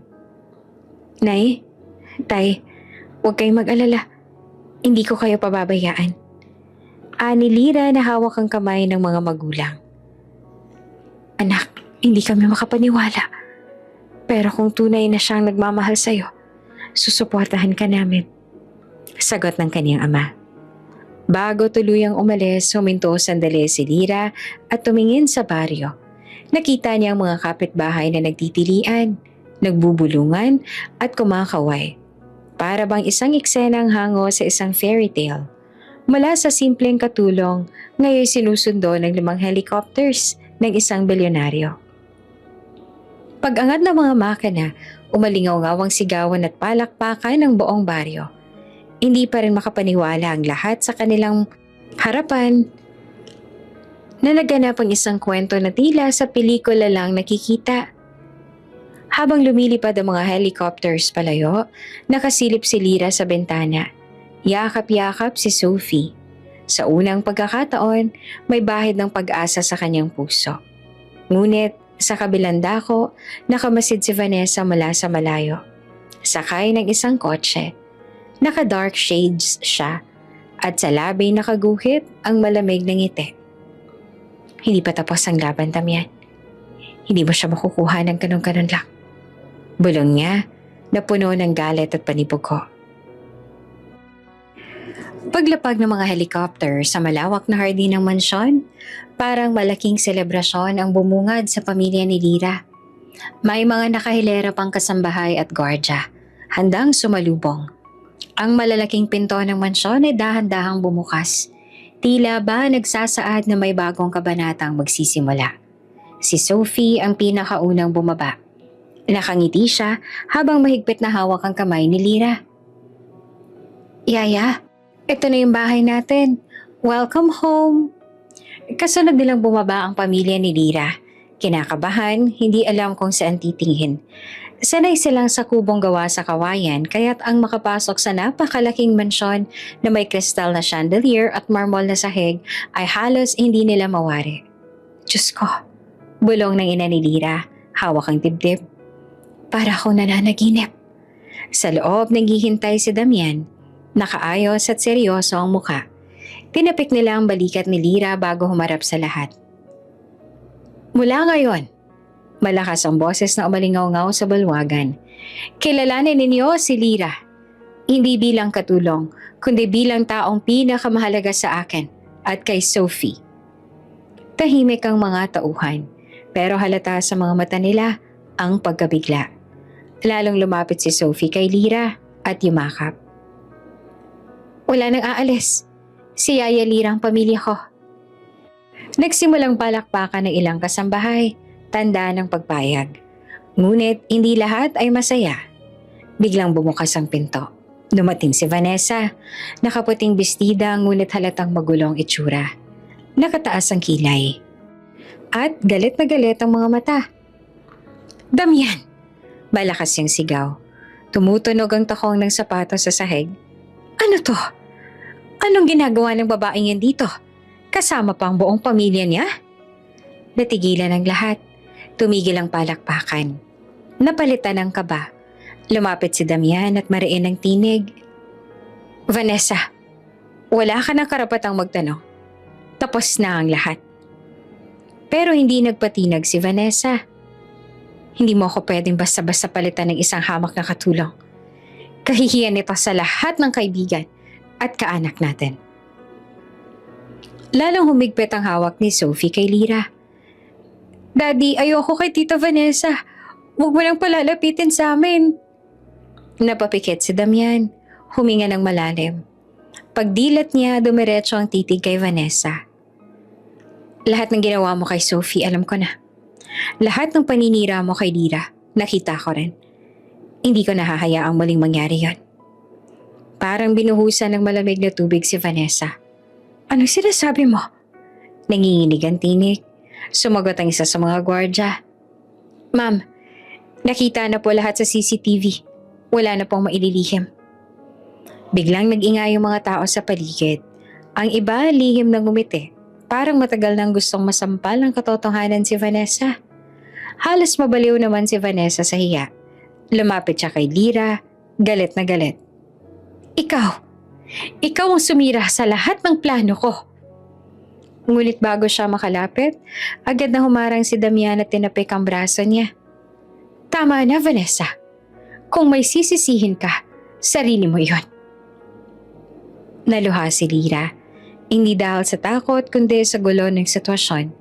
Pero ramdam niya ang proteksyon ni Damian. Bagay na noon lang niya nakita kung gaano ito katindi. Sa gitna ng kaguluhan, lumapit ang ina ni Lira. Mahinahon ang boses. Sir, baka pwedeng kami na lang umalis. Ayoko maging kami ang dahilan ng hidwaan. Umiling si Damian. Hindi. Kayong panauhin dito. Si Vanessa ang hindi na dapat manatili. Nanlaki ang mga mata ni Vanessa. Ako? Ang paaalisin mo? Ako na kinilala ng lipunan bilang kasama mo? Hindi mo na kailangang magpaliwanag, Vanessa. Sagot ni Damian. Hindi ako bulag. Nagtakbuhan ng ilang kasambahay para pigilan si Vanessa. Nang magsimulang magwala, sinisigaw niya ang pangalan ni Damian. Humihingi ng isa pang pagkakataon. Ngunit matatag ang lalaki. Hindi na nagpakita ng awa. Wala ka nang babalikan, Vanessa. Simula ngayon, hindi ka na bahagi ng buhay namin. Umiyak si Sophie, ngunit hindi dahil sa lungkot. Bagos dahil sa ginawa. Yumakap siya kay Lira, halos ayaw niyang bumitaw. Finally, Yaya, wala na si Tita. Hindi na ako masasaktan. Pagkatapos ng tensyon, muling nagsalita si Damian. Simula ngayon, ang mansyong ito ay tahanan ni Lira at ng pamilya niya. Respeto at pagkalinga ang dapat ibigay ninyo sa kanila. Isa-isang yumuko ang mga tauhan. Tanda ng pagsang-ayon. Ang ina ni Lira halos maiyak. Hindi ko ay nakalang darating ang araw na to, Damian. Salamat at pinanindigan mo ang anak ko. Tumingin si Damian kay Lira. Dapat lang. Mula nang nakilala ko siya, unti-unti kong naiintindihan kung ano ang ibig sabihin ng pamilya. At ngayon, wala na makakapigil sa akin ipaglaban siya. Nang naglalakad sila papasok sa loob ng mansyon, naramdaman ni Lira ang magkahalong kaba at tuwa. Sa kabila ng lahat ng pagsubok, naroon na sila sa lugar na minsang tila imposible. Ngunit sa kabilang dulo ng bulwagan, dumungaw si Vanessa. Hawak ng 2 gwardya. Galit na galit pa rin ang mga mata. Tila ba nangakong hindi matatapos doon ang lahat. At sa isip ni Lira, alam niyang hindi pa tapos ang laban. Ngunit ngayong kasama na nila si Damian at si Sophie, handa siyang harapin ang kahit anong bagyo. Tahimik ang gabi sa mansyon. Ang buong pamilya ni Lira ay nasa malaking dining hall kasama sina Damian at Sophie. Sa gitna ng mesa ay nakahain ng mga pagkaing hindi nila inaakalang matitikman. Steak, pasta, mga prutas na nakaayos sa parang pang-fiesta. Subalit higit pa sa pagkain, dama ni Lira ang init ng pagtanggap sa kanila. Kahit may ilang tauhan pa rin hindi makapaniwala sa nangyayari. Habang kumakain, napansin ng lahat na tila may mabigat na iniisip si Damian. Hindi siya tulad ng dati na puro negosyo ang laman ng isip. Ngayon, nakatitig siya kay Lira, na abala naman sa pagtulong kay Sophie na maghiwa ng karne. Lira, mahinahon niyang wika. Pwede ba tayong mag-usap pagkatapos nito? Nagtaka si Lira ngunit tumango. Sige po, Sir Damian. Pagkatapos ng hapunan, dinala ni Damian ang lahat sa malawak na hardin sa likod ng mansyon. Ang mga ilaw na nakapalibot sa mga puno ay kumikislap. Tila ba nagsasayaw sa ilalim ng bituin. Sa gitna ay may maliit na entablado. May nakahandang upuan para sa pamilya ni Lira. Nagkatinginan sila. Nagtataka kung anong mangyayari. Ngunit si Damian ay tila determinado. Tumayo siya sa gitna, huminga ng malalim, at tumingin kay Lira. Ngayong nandito na ang lahat ng taong mahalaga. Nagsimula siya. Mababa ang tinig, ngunit mariin. Gusto kong sabihin ang matagal ko nang tinatago. Kumunot ang noo ni Lira. Sir, ano pong ibig niyo sabihin? Sa halip na sumagot, dahan-dahan niyang inilabas ang isang maliit na kahon mula sa bulsa. Pagbukas niya, kumislap ang isang singsing na hindi basta-basta. Hindi lamang dahil sa kinang nito, kundi dahil sa bigat ng kahulugan. Lira, malalim ang tinig ni Damian. Ikaw ang gusto kong pakasalan. Nagulat ang lahat.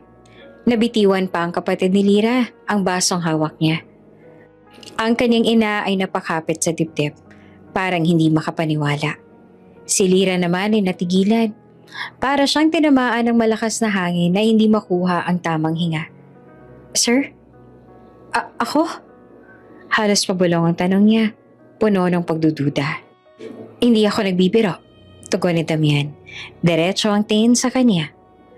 Matagal ko nang nakikita kung paano mong minahal si Sophie. Kung paano mong tinaya ang sarili mong kaligtasan para sa kanya. At doon ko napagtanto. Ikaw ang babaeng gusto kong makasama habang buhay. Tumulo ang luha sa mga mata ni Sophie. Tumakbo siya papunta kay Lira at mahigpit na niyakap ito. Please, mommy ka na namin. Umiiyak niyang wika. Ayoko mawala ka ulit. Natigilan si Lira. Ang puso niya ay humahampas ng napakalakas sa dibdib. Sa isang iglap, bumalik sa isip niya ang lahat ng pinagdaanan. Ang mga pang-aapi ni Vanessa, ang mga pagkakataong halos mawalan siya ng trabaho, at ang mga gabing umiiyak si Sophie sa kanyang kanduman. Ngayon, narito siya. Pinapapili ng isang bagay na hindi niya kailanman inakala, ang maging asawa ng bilyonaryo at maging ina ng batang minahal niya na parang sarili. Sir Damian, mahinahon niyang sabit. Hindi ako sigurado kung karapat-dapat ako. Ako ay simpleng katulong lang, sanay sa hirap. Paano kung hindi ko kayanin ang mundong ginagalawan ninyo? Lumapit si Damian, hinawakan ang kamay niya. Hindi ko hinahanap ang isang babae na mayaman o kilala. Ang hinahanap ko, yung may pusong tunay na nagmamahal. At ikaw lang ang nakita akong ganon. Napaiyak ang ina ni Lira. Tinakpan ng bibig habang pinagmamasdan ng tagpo. Anak, hindi ko akalaing aabot sa ganito ang buhay mo. Bulong niya, bakas ang tuwa at kaba. Ngunit bago pa makasagot si Lira, biglang may sumigaw mula sa gilid ng hardin. Nagpikil ng luha si Lira, nakatingin kay Damian. Sir, baka mas lalo lang lumala ang sitwasyon kung papayag ako ngayon. Ngunit bago pa siya makapagsalita ulit, muling nagsalita si Sophie. Mommy, wag mo akong iwan, please. Sagutin mo si Daddy. Ang tawag na mommy mula kay Sophie ang tuluyang nagpayanig sa puso ni Lira. Hindi niya kanaya ang emosyon. Napayuko siya, nangingilid ang luha. Bago tumingin kay Damian. Sir Damian, hindi ko pa alam kung kaya kong tanggapin agad pero isang bagay lang ang sigurado. Hindi ko iiwan si Sophie. Nakangiti si Damian. Tila ba sapat na ang sagot na iyon? Hindi kita mamadaliin. Ngunit tandaan mo, Lira, handa akong maghintay hanggang sa panahon na maging handa ka. Umalingaw-ngawang bulungan ang lahat. Ang ilan ay natuwa. Ang iba naman ay hindi pa rin makapaniwala. Ngunit isa lang malinaw. Hindi na ordinaryong yaya si Lira, kundi isang babaeng nagkaroon ng puwang sa puso ng bilyonaryo at ng kanyang anak. Habang unti-unting naglaho ang kaguluhan, nananatiling nakaupo si Lira. Hawak ang kamay ni Sophie. Sa kanyang isip, isang tanong ang paulit-ulit. Handa na ba talaga siyang tanggapin ang bagong buhay? Nakaakibat ng pag-ibig na Damian? At sa ilalim ng mga bituin, nagsimula ang panibagong kabanata. Hindi pa kompleto, ngunit malinaw na patungo sa isang mas matibay na bukas. Makalipas ang ilang araw matapos ang kaguluhan sa hardin, unti-unti nang nagiging payapa ang takbo ng mansyon. Ngunit sa kabila ng katahimikan, may banta palang nagtatago sa dilim. Si Vanessa, sa halip na magpakumbaba, ay nagplano ng mas mabigat na paghihigante. Sa isang lumang warehouse sa labas ng lungsod, nakaupo siya sa harap ng mesa. Nakapalibot ang ilang lalaki na halatang hindi basta-basta. Gusto ko ang batang yon. Malamig yung utos. Si Sophie, kapag nasa akin siya, sigurado akong luluhod si Damian at iiwan niya ang babaeng yon. Nagkatinginan ng mga lalaki, ngunit wala ni isang tumanggi. Malaki ang perang ipinangako ni Vanessa kapalit ng kanilang serbisyo. Kinabukasan, naglaro si Sophie sa hardin kasama ang ilang bantay. Hindi niya alam na sa labas ng pader ay may mga matang nakamasid. Tahimik na lumapit ang isang van at bago pa man makaporma ang gwardya, mabilis na bumaba ang mga lalaki. Armado ng panyo na may pampatulog. Ay!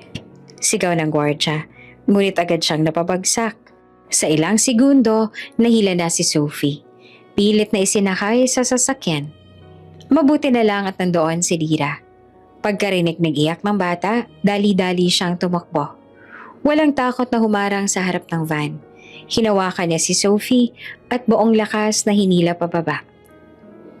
Walang makakakuha sa kanya, hanggat ako ang kasama niya. Mariin niyang sigaw. Isang lalaki ang nagtangkang agawin si Sophie mula sa bisig ni Lira. Ngunit mabilis siyang tinadyakan ito. Isa pang lumapit at sinubukang hatakin ang kanyang braso. Ngunit kinagat niya ito. Kahit dumugo ang labi niya sa pagkadulas. Ang mahalaga, hindi niya mabitawan ang bata. Mommy, natatakot ako. Iyak ni Sophie, nakayakap ng mahigpit. Huwag kang bibitaw anak, hindi kita iiwan. Bulong ni Lira, habang pilit na nilalabanan ng mga kamay na umaagaw. 2, 3, hanggang 4 na kalalakihan ang sabay-sabay na sumugod. Sinubukan nilang paluhurin siya pero hindi siya umatras. Gumamit siya ng lahat ng lakas, mga palad, siko at tuhod para ipagtanggol si Sophie. Ngunit sa dami ng kalaban, unti-unti siyang napapaatras. Halos bumigay ang katawan niya. Ngunit nananatiling mahigpit ang yakap niya sa bata. At sa pinakamapanganib na sandali, dumating si Damian. Kasama niya ang dagdag ng mga gwardya. Lira! Malakas ang sigaw. Galit na galit ang tinig. Nagkagulo ang mga tauhan ni Vanessa nang makitang paparating ng mga armadong bantay. Ilan sa kanilang mabilis na nagtakbuhan, ngunit ang iba ay nakipaglaban pa rin. Si Damian mismo ang sumugod sa lalaking pilit na humihila kay Lira. Isang malakas na suntok ang pinakawalan niya. Dahilan para bumagsak ito kaagad. Hinawakan niya si Lira sa balikat. Ayos ka lang ba? Hingal na hingal naman si Lira. Nanginginig sa pagod. Ngunit hindi niya binitiwan si Sophie kahit saglit. Basta't ligtas siya, ayos lang ako. Ngunit hindi pa tapos ang lahat. Sa malayo, lumitaw si Vanessa. Nakamasid habang nagkakagulo. Ang mukha niya ay puno ng galit at pagkadismaya. "Hindi niyo ako malalampasan!" sigaw niya. "Kung hindi mapupunta sa akin si Damian, sisiguraduhin kong wala ring makakakuha sa kanya." Hinugot niya ang baril mula sa bag at mabilis na tinutok iyon kay Lyra. Nagulat ang lahat. "Vanessa, wag!" sigaw ni Damian. Sabay hakbang paharap para hadlangan. Ngunit mabilis na tumayo si Lyra. Hinarap si Vanessa habang mahigpit pa ring hawak si Sophie. "Kung ako ang target mo, ako na lang. Huwag mong idamay ang bata." Nanginginig ang kamay ni Vanessa sa hawak na barel. Ngunit bago pa niya makalabit ang gatilyo, rumagasa ang mga gwardya at pinigilan siya. Bumagsak ang baril sa lupa. At halos kalad ka rin siya palayo habang nagwawala at sumisigaw. "Hindi ako papayag na talunin ng isang hamak na yaya," hagulgol niya, bago tuluyang dalhin ng mga pulis. Sa gitna ng kaguluhan, napaupo si Lyra sa damuhan. Iyakap pa rin si Sophie, na ngayon ay humihikbi. Dumating si Damian at mabilis na yumuko at niyakap silang dalawa. "Salamat, Lyra," bulong niya. Bakas ang pangungot siya sa sarili.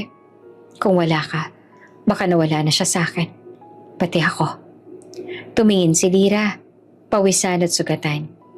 Ngunit nananatiling matatag. "Hindi ko hahayaan na mangyari yon. Mahal ko si Sophie, na parang sarili kong anak." Doon tuluyang bumigay ang emosyon ni Damian. Napaluha siya habang mahigpit na yakap sina Lyra at Sophie. "Wala na makakahiwalay sa atin. Hindi na muli." Kinagabihan, muling naging payapa ang mansyon. Matapos madala sa kulungan si Vanessa at ang mga tauhan nito, si Sophie nakahiga sa kama. Mahimbing na natutulog sa tabi ni Lyra. Si Damian nakaupo malapit. Hindi inaalis ang tingin sa kanila. Ang imaheng iyon, isang batang ligtas at isang babaeng handang magsakripisyo, ang nagpatibay sa kanyang pasya. Hindi niya nahahayaang mawala pa si Lyra sa buhay nila. Mabilis na kumalat ang balita tungkol sa tangkang pagdukot kay Sophie. Lahat ng istasyon ng radyo, telebisyon at pahayagan ay halos sabay-sabay na nagulat. Ang pangalan ni Vanessa ay naging laman ng mga headline.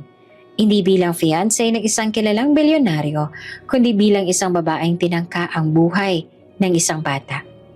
Kinabukasan, isang malaking press conference ay nihanda ni Damian. Puno ng bulwagan ng mga mamamahayag, mga kamera at mga tagahanga ng pamilya.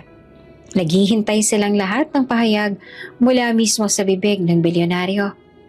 Pagpasok ni Damian sa entablado, kasunod ni Lyra at ni Sophie, agad na umalingaw-ngaw ang flash ng kamera. Nakasuot siya ng simpleng itim na suit. Seryosong ekspresyon. Ngunit may bakas ng determinasyon sa kanyang mga mata. Naupo si Lyra sa gilid kasama si Sophie. Mahigpit ang kapit ng bata sa kamay niya. Kahit kinakabahan, pinanatili ni Lyra ang kanyang lakas na pagkatao. Payak, ngunit may dangal. Tumango si Damian sa podium at huminga ng malalim bago nagsimula. "Magandang araw sa inyong lahat. Alam kong maraming nagtataka sa nangyari kagabi at sa tunay na estado ng aming pamilya. Panahon na para tapusin kong lahat ng spekulasyon at magsabi ng totoo." Tahimik ang buong silid. Bawat isa'y nakikinig. "Una sa lahat," pagpapatuloy niya, "ang batang si Sophie, ang pinakamahalagang bahagi ng buhay ko. At hindi ko mapapatawad ang sino mang susubok na saktan siya.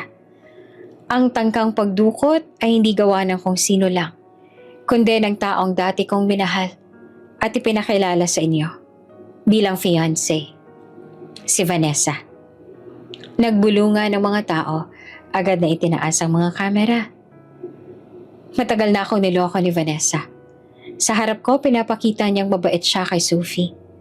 Ngunit sa likod ng aking pagkakalingat, siya pala'y walang habas na nananakit at nagmamalupit. Ilang linggo akong bulag sa katotohanan, hanggang sa tuluyan akong nakita ang ebidensya at ang mismong kaguluhan." Sa screen sa gilid ng entablado, ipinalabas ang ilang bahagi ng CCTV footage. Ang reaksyon ng media ay halos sabay-sabay. Mga sigaw, mga tanong, at galit laban kay Vanessa. Ngayon, malinaw na ang lahat. Mariing sambit ni Damian. Wala na kaming relasyon ni Vanessa. At hindi ko kailanman papayagan na maging bahagi siya ng aming buhay ulit. Siya'y haharap sa hustisya sa lahat ng kaniyang kasalanan. Pumalakpak ang ilan, habang ang iba naman ay nagsulat ng mabilis sa kanilang mga notepad. Ngunit bago matapos ang kanyang talumpati, ibinaling na Damian ang tingin kay Lira. Gusto ko ring linawin ang isang bagay. Sa lahat ng panahong yon, may isang tao na hindi kailanman iniwan si Sophie. Isang taong handang ibigay ang buhay niya para sa bata. Isang simpleng babae na inakala ng marami walang halaga. Dahan-dahan niyang tinuro si Lira. Siya si Lira, ang taong tunay kong minamahal. Napatitig ang lahat kay Lira. Ang ilang mamamahayag ay napaawang bibig. Ang iba ay ngumiti, tila natuwa sa revelasyon. Ngunit higit sa lahat si Sophie ang pinakamasaya. Yumakap siya kay Lira. Halos ayaw nang bumitaw. Mami na kita. Bulong niya kahit nasa harap ng daan-daang tao. Nag-umapaw ang emosyon sa buong bulwagan. May mga umiyak, may mga palakpak, at may ilan din nagtanong ng malakas. Sir Damian, totoo po bang pakakasalan ninyo siya? Hindi ba kayo natatakot na pintasan ng lipunan ang desisyon ninyo? Humakbang si Damian pabalik sa podium. Hindi natitinag. Hindi ko pinapahalagahan ang sasabihin ng iba. Ang mahalaga ay ang kaligtasan at kaligayahan ng anak ko.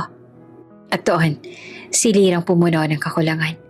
Kaya oo, siya ang babaeng gusto kong makasama sa buong buhay ko. At kung may tututol man, wala akong pakialam. Samantala sa kulungan si Vanessa ay nanonood sa telebisyon. Nakatanikala na ang kanyang mga kamay. Nanginginig sa galit habang pinapanood kung paanong binasura ng publiko ang kanyang pangalan. Hahamakin niyo man ako.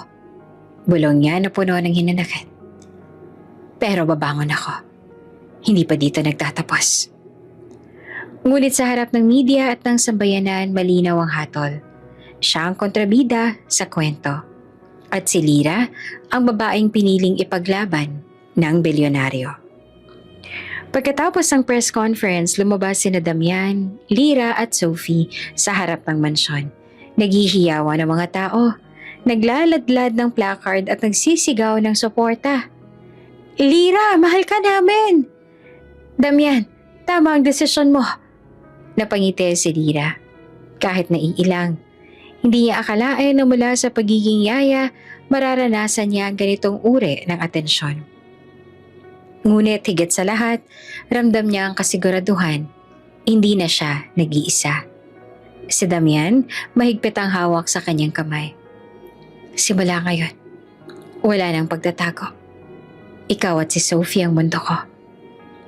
At sa unang pagkakataon, matapos ang lahat ng unos, nakahinga ng maluwag si Lira. Kumalat sa buong bansa ang press conference na ginawa ni Damian. Sa loob lamang ng ilang oras, puno ng balita ang telebisyon, radyo at social media tungkol sa revelasyon niya. Ang headline na paulit-ulit na nababasa ng lahat, From Maid to Lady of the Mansion. Maraming natuwa, ngunit hindi rin nawawala ang mga mapanghusga. Katulong lang siya dati. Paano siya naging karapat-dapat kay Damian? Bulalas ng isang kolumnista sa kanyang programa sa TV. Hindi ba nakakahiya? Isang bilyonaryo pakakasalan ng dating yaya? Ang mga pahayag na yon ay kumalat sa social media. May mga taong pumapalakpak sa desisyon ni Damian. Ngunit may ilan ding nagbibitiw ng masasakit na salita laban kay Lira. Samantala, si Lira ay nasa loob naman ng mansyon. Tahimik na nakaupo sa veranda habang pinapanood si Sophie na naglalaro sa hardin. Hindi niya maiwasang makaramdam ng kaba. Totoo, mahal siya ni Damian at ni Sophie. Pero, papaano kung hindi siya tanggapin ng lipunan? Lumapit si Damian, dala ang 2 tasa ng tsaa. Ibinigay niya ang isa kay Lira at tumabi. May iniisip ka. Wika niya habang pinagmamasdan ng mukha nito. Huminga ng malalim si Lira. Hindi madali ang lahat. Alam kong maraming kumukot siya sa akin. Kahit saan ako tumingin, may nagsasabing hindi ako bagay sa'yo. Hinawakan ni Damian ang kanyang kamay. Wala akong pakialam sa sinasabi nila. Ang mahalaga, kasama ka namin ni Sophie. At kung may hahamak man sa'yo, ako mismo ang lalaban. Biglang tumakbo si Sophie papalapit. Pawis at masaya, yumakap ito kay Lyra. Mommy, huwag kang malulungkot. Ako, mahal na mahal kita. At wala akong pakialam sa ibang tao. Naluha si Lyra sa sinabi ng bata. Ramdam niya ang katotohanan. Sa gitna ng lahat ng panghuhusga, may dalawang taong handang tumayo para sa kanya. Ilang araw ang lumipas, muling humarap si Damian sa media. Sa pagkakataong ito, kasama niya si Lyra at Sophie sa mismong gitna ng entablado sa mansyon. Libo-libong tao ang nagtipon sa labas. Hawak ang mga cellphone, camera at placard. Alam kong marami sa inyo nagtataka kung bakit ko pinili si Lyra. Paniwala ni Damian. Marahil sa mata ng ilan, isa lang siyang dating katulong. Pero sa mata ko at ng anak ko, siya ang babaeng nagligtas at nagmahal ng higit pa sa sarili niya. Lumapit si Sophie sa mikropono at sa inosente niyang boses nagsalita. Siya ang mami ko. Kung wala siya, hindi ako ligtas ngayon. Kaya huwag niyong sabihin hindi bagay. Siya ang pinakamahal at pinakaimportanteng tao sa buhay namin. Nagpalakpakan ng karamihan. Maraming mata ang naiyak. Lalo na ang mga nanay at tatay na naroon. Kinabukasan, iba na ang tono ng mga pahayagan. True love knows no status. Damian defends Lyra. She is the woman I love. At home with the new lady of the mansion. Nagbago rin ang damdamin ng karamihan. Ang dating mapanghusga, unti-unting natabunan ng respeto. May mga babae sa karaniwang pamayanan na humahanga kay Lyra. Dahil pinatunayan nitong hindi kailangan ng marangyang pangalan para magmahal at mahalin. Sa isang panayam sa TV, may tinanong si Damian. Sir Damian, hindi po ba kayo natatakot sa desisyon ninyo? Baka kasi bumagsak ang reputasyon ng pamilya ninyo. Matatag na sagot niya. Kung pagmamahal ang batayan sa reputasyon, mas proud ako ngayon kaysa dati. Ang yaman mawawala. Ang negosyo pwede ring bumagsak. Pero ang tunay na pagmamahal, yun ang kayamanang hindi matitinag. Habang patuloy ang pagbabalita, nananatiling mapagkumbaba si Lyra. Hindi siya nasanay sa spotlight, kaya madalas ay tahimik lang siya. Ngunit sa tuwing nakikita niya si Sophie na masaya at si Damian na buo ang suporta, nagiging matatag siya. Isang gabi habang nakaupo sila sa hardin, biglang nagpakawala ng fireworks sa mga tauhan ni Damian bilang sorpresa. Nagsilipara ng makukulay na ilaw sa langit. Tingnan mo, bulong ni Damian kay Lyra. Lahat ng to, hindi kasing ganda ng presensya mo sa buhay namin. Napangiti si Lyra. Halos hindi siya makapaniwala na ang isang simpleng babae tulad niya ay minahal ng ganito. Sa huli, kahit may ilan pa ring mapanghusga, mas lumakas ang tinig ng mga sumusuporta. Mula sa mga ordinaryong tao hanggang sa ilang kilalang personalidad. Nagsimulang kilalanin si Lyra hindi dahil sa kanyang dating trabaho, kundi dahil sa tapang at pagmamahal na ipinakita niya. At para kay Damian at Sophie, sapat na iyon. Hindi na nila kailangang patunayan ang sarili sa kahit kanino pa. Sa gitna ng lahat, isang headline ang pinakapumukaw ng pansin ni Lyra. From maid to lady of the mansion. A story of love, courage, and family. At doon niya naramdaman na tuluyan na siyang tinanggap. Hindi lamang ng pamilya ni Damian kundi pati na rin ng mundo. Isang umaga na tila hinabi ng mga bituin ang nagbukas sa buhay ni Lyra. Sa pinili nilang simbahan, nagtipo ng mga kilala at malalapit na tao sa pamilya ni Damian. Puno ng bulaklak ang bawat sulok, rosas, lirio at puting orkidya ang nagbigay ng halimuyak at ganda.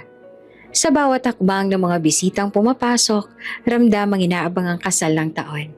Ang kasal ng isang bilyonaryo at ng babaeng minsang tinawag lang na katulong. Sa isang silid na puno ng salamin at ilaw, nakaupo naman si Lira. Habang inaayusan ng mga estilista, suot niya ang isang gown na gawa ng sikat na designer. Puting-puti at may mahahabang beads na kumikislap sa bawat galaw. At kortinang tila dumadaloy hanggang sahig. Habang tinitigtigan ang sarili sa salamin, hindi niya mapigilan ang pagtulo ng luha. Hindi ko inakala na mangyayari ito. Mahina niyang sambit. Lumapit si Sophie, nakasuot ng cute na gown para sa kanyang role bilang flower girl. May dala itong maliit na korona ng bulaklak na siya mismo ang pumili. "Mommy," sabi ng bata. Tinawag siyang ganon ng walang alinlangan. "Ang ganda-ganda mo, para kang prinsesa." Napatawa si Lira at niyakap ang bata. "Ikaw din, Sophie. Ikaw ang pinakamagandang flower girl sa buong mundo." Samantala, si Damian naman ay nasa kabilang silid. Tinutulungan ng kanyang best man na ayusin ang tuxedo. Hindi na bago sa kanyang mga mamahaling kasuotan. Ngunit, ngayong araw, kakaiba ang tibok ng kanyang dibdib. Habang inaayos ang korbata, napahinto siya. "Handa-handa ka na ba?" tanong ng kaibigan. Ngumiti naman si Damian, pero may bakas ng kaba. "Handa. Matagal na akong handa. Noon pa man, nang una kong makita kung paano niyakap ni Lira si Sophie, doon ko naisip, ito na ang babaeng hindi ko pakakawalan." Nagsimulang tumugtog ang musika. Naghintay si Damian sa unahan ng altar. Matikas, ngunit halatang kinikilig habang nakapako ang mata sa pintuang bubukas. Isa-isang naglakad ang mga abay. Kasunod ang ilang kamag-anak. Pagkatapos ay dumating si Sophie. May dalang maliit na basket ng petals. Habang naglalakad, pasiglang kinakalat ng bata ang mga bulaklak sa aisle. Ngunit bago pa makarating sa unahan, tumigil siya at naluha. Tumakbo ito palapit kay Damian at bumulong. "Daddy, hindi ko mapigilang umiyak. Ang saya-saya ko." Pinunasan ni Damian ang luha ng anak. "Huwag kang mag-alala, Sophie. Mas lalo ka pang iiyak mamaya kasi magiging buo na tayo." Nagpatuloy ang musika at sa wakas, bumukas ang pinto. Pumasok si Lira, nakaalalay ang isa sa kanyang mga kapatid. Lahat ng matay na pako sa kanya. Ang dating babaeng tahimik lang sa likod ng mansyon, ngayon nakatayo na bilang reyna ng sandaling iyon. Ang bawat takbang niya ay parang mabagal na sayaw na nakaukit sa alaala ng lahat ng nakasaksi. Si Damian hindi na nakapigil. Napaluha siya habang pinagmamasan ng kanyang magiging asawa. Nang magtagpo ang kanilang mga mata, ngumiti si Lira. At doon niya naunawaan na tama ang kanyang desisyon. Hindi kayamanan ang nagbuklod sa kanila, kundi isang puso na handang mag-alaga at magmahal. Nang dumating sila sa altar, nagsimula ang pare. Tahimik ang lahat. Tanging boses lamang ng pare at mahinang musika ang umaalingaw-ngaw. Dumating ang sandaling magsalita si Damian. Hawak niyang kamay ni Lira. Mariing tinitigan ang mga mata nito. "Lira, mula nang dumating ka sa buhay namin, binago mo ang lahat. Hindi pera ang nakita ko sa'yo, kundi puso. Isang pusong handang ipaglaban ng anak ko, kahit buhay mo pa ang kapalit. Simula ngayon, ako naman ang mangangako na ipagtatanggol ka, iingatan ka, at mamahalin ka habang buhay." Nang marinig iyon, muling bumuhos ang luha ni Lira. Hindi dahil sa kaba, kundi dahil sa sobrang tuwa. Sagot niya, nanginginig ang boses.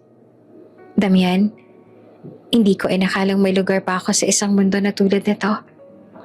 Pero ipinakita mo sa akin na mahalaga ako. Hindi bilang katulong, hindi bilang yaya, kundi bilang taong minahal mo. Pangako, aalagaan ko kayo ni Sophie. Hindi dahil kailangan, kundi dahil mahal ko kayo." Pagdating sa bahagi ng singsingan, si Sophie ang nag-abot. Nanginginig ang kamay ng bata habang pinapasa ang maliit na kahon kay Damian. "Daddy, ingatan niyo si Mommy ha?" Bulong nito. Ikinatawa ng lahat ng naroon. Isinuot ni Damian ang singsing kay Lyra. Kasunod ay isinukpit din ni Lyra ang singsing sa kanya. At ngayon, sabi ng pare, idinedeklara ko kayong mag-asawa. Pwede mo nang halikan ang iyong bride. Walang alinlangan, hinawakan ni Damian ang mukha ni Lyra at hinalikan ito ng buong pagmamahal. Tumindig ang mga tao, nagsigawan at nagpalakpakan. Si Sophie nasa tabi nila, umiiyak habang sumisigaw. Yehey! May mommy na ako! Sa pagtunog ng kampana ng simbahan, lumabas sila bilang bagong kasal. Sa labas, naghihintay ang daan-daang tao. Mga kaibigan, mga empleyado, at maging mga taong minsan ay nagdududa kay Lyra. Ngunit ngayong nakita nilang totoo ang pagmamahalan, isa-isang nagbigay ng pagbate. Habang umaakyat sila sa sasakyan, biglang kumalat sa ere ang makulay na lobo at confetti. Pinagmasdan ni Lyra ang paligid at napangiti. Noon, siya'y simpleng babae lamang na umaasa sa maliit na sahod bilang katulong. Ngayon, siya'y asawa na ng taong minahal niya at ina ng batang itinuring na kanya. Sa gabi, isang engrandeng pagtitipon ang naganap sa mansyon. May banda, may sayawan, at punong-puno ng ilaw ang hardin. Ngunit sa gitna ng lahat, iisa lamang ang mahalaga kay Lyra, ang pamilya na nasa tabi niya. Nang magdakad sila ni Damian sa gitna ng dance floor, bulong ng lalaki. Simula ngayon, wala nang makakapaghiwalay sa atin. Niyakap siya ni Lyra at sa kanyang isip, iisang bagay lang ang malinaw. Ito ang simula ng isang bagong yugto.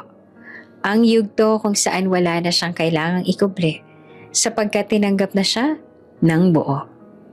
At sa tabi nila, si Sophie naman ay masayang umiikot. Hawak ang basket na kanina'y puno ng petals. Umiiyak pa rin siya. Hindi dahil malungkot, kundi dahil sa wakas, kompleto na ang kaniyang pamilya. 3 taon ang lumipas sa malawak na hardin ng mansyon, masayang naglalaro ang 2 bata. Si Sophie na ngayon ay 8 taong gulang na at ang maliliit na batang lalaki na halos 3 taong gulang, anak ni Damian at Lyra. Ang tawag nila rito ay si Lucas at tulad ng kaniyang ate, makulit, masiyahin at busilak ang puso. Mommy, tingnan mo! Ang taas ng kastilyo namin! Sigaw ni Sophie habang nakatayong proud sa sandcastle na ginawa nilang magkapatid. Nakangiti si Lyra habang nakaupo sa isang swing, pinagmamasa ng 2. Lumapit si Damian, bitbit ang tray ng juice at ilang sandwich. Di ka pa rin nagbabago, biro niya. Kapag nakatingin ka sa kanila para ka nawawala sa sarili. Paano ba naman? Sagot ni Lyra habang inaabot ang baso. Ito ang mga araw na ipinagdarasal ko noon.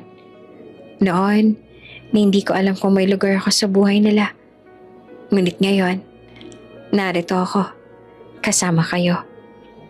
Umupo si Damian sa tabi niya, nakayakap sa balikat niya. At hindi na magbabago yan. Ikaw ang puso ng pamilya natin. Sa loob ng mansyon, marami na rin nagbago. Kung dati madilim at puno ng tensyon ang bawat sulok, ngayon ay mas maliwanag, may halakhakan at punong-puno ng alaala. Sa dining hall may malaking larawan ng pamilya. Si Damian, si Lyra, si Sophie at si Lucas. Ngunit higit sa lahat, sa gitna ng sala, may isang bagay na laging umaagaw ng atensyon ng mga bisita. Isang malaking frame na nakasabit sa dingding. Hindi iyon larawan ng kasal, ni painting ng mansyon. Ito ay CCTV footage. Ang mismong larawan na kuha mula sa video kung saan ipinagtanggol ni Lyra si Sophie laban kay Vanessa. Nakapos ang eksena sa puntong niyayakap ni Lyra ang umiiyak na bata habang mariing nakatingin sa taong nanakit dito. Marami ang nagtatanong kung bakit iyon ang pinili nilang ilagay. Isang bisita ang minsang nagtanong, Damian, bakit hindi larawan niyo sa kasalang nilagay ninyo? Mas maganda siguro tingnan ang gown ni Lyra at ang ingranding simbahan. Ngumiti naman si Damian. Dahil ito ang araw na binago ang lahat. Kung hindi dahil sa tapang na ipinakita ni Lira noon, wala kaming ganitong pamilya ngayon. At hindi ito tungkol sa kasal, kundi sa pagmamahal at katotohanang ipinaglaban niya. Nakangiting dinugtungan ni Lira. At para laging makita ng mga bata na minsan, sapat na ang isang tapang ng puso para mailigtas ang lahat ng mahalaga. Habang lumalaki si Sophie, nananatiling malapit ang loob niya kay Lira. Kahit may kapatid na siyang si Lucas, hindi kailanman nabawasan ang pagmamahal na natanggap niya. Madalas kapag may bumibisita, ipinagmamalaki pa niya ang kanyang Mommy Lira. Isang gabi, habang nagbabasa si Lira ng bedtime story kina Sophie at Lucas, biglang nagtanong ang bata.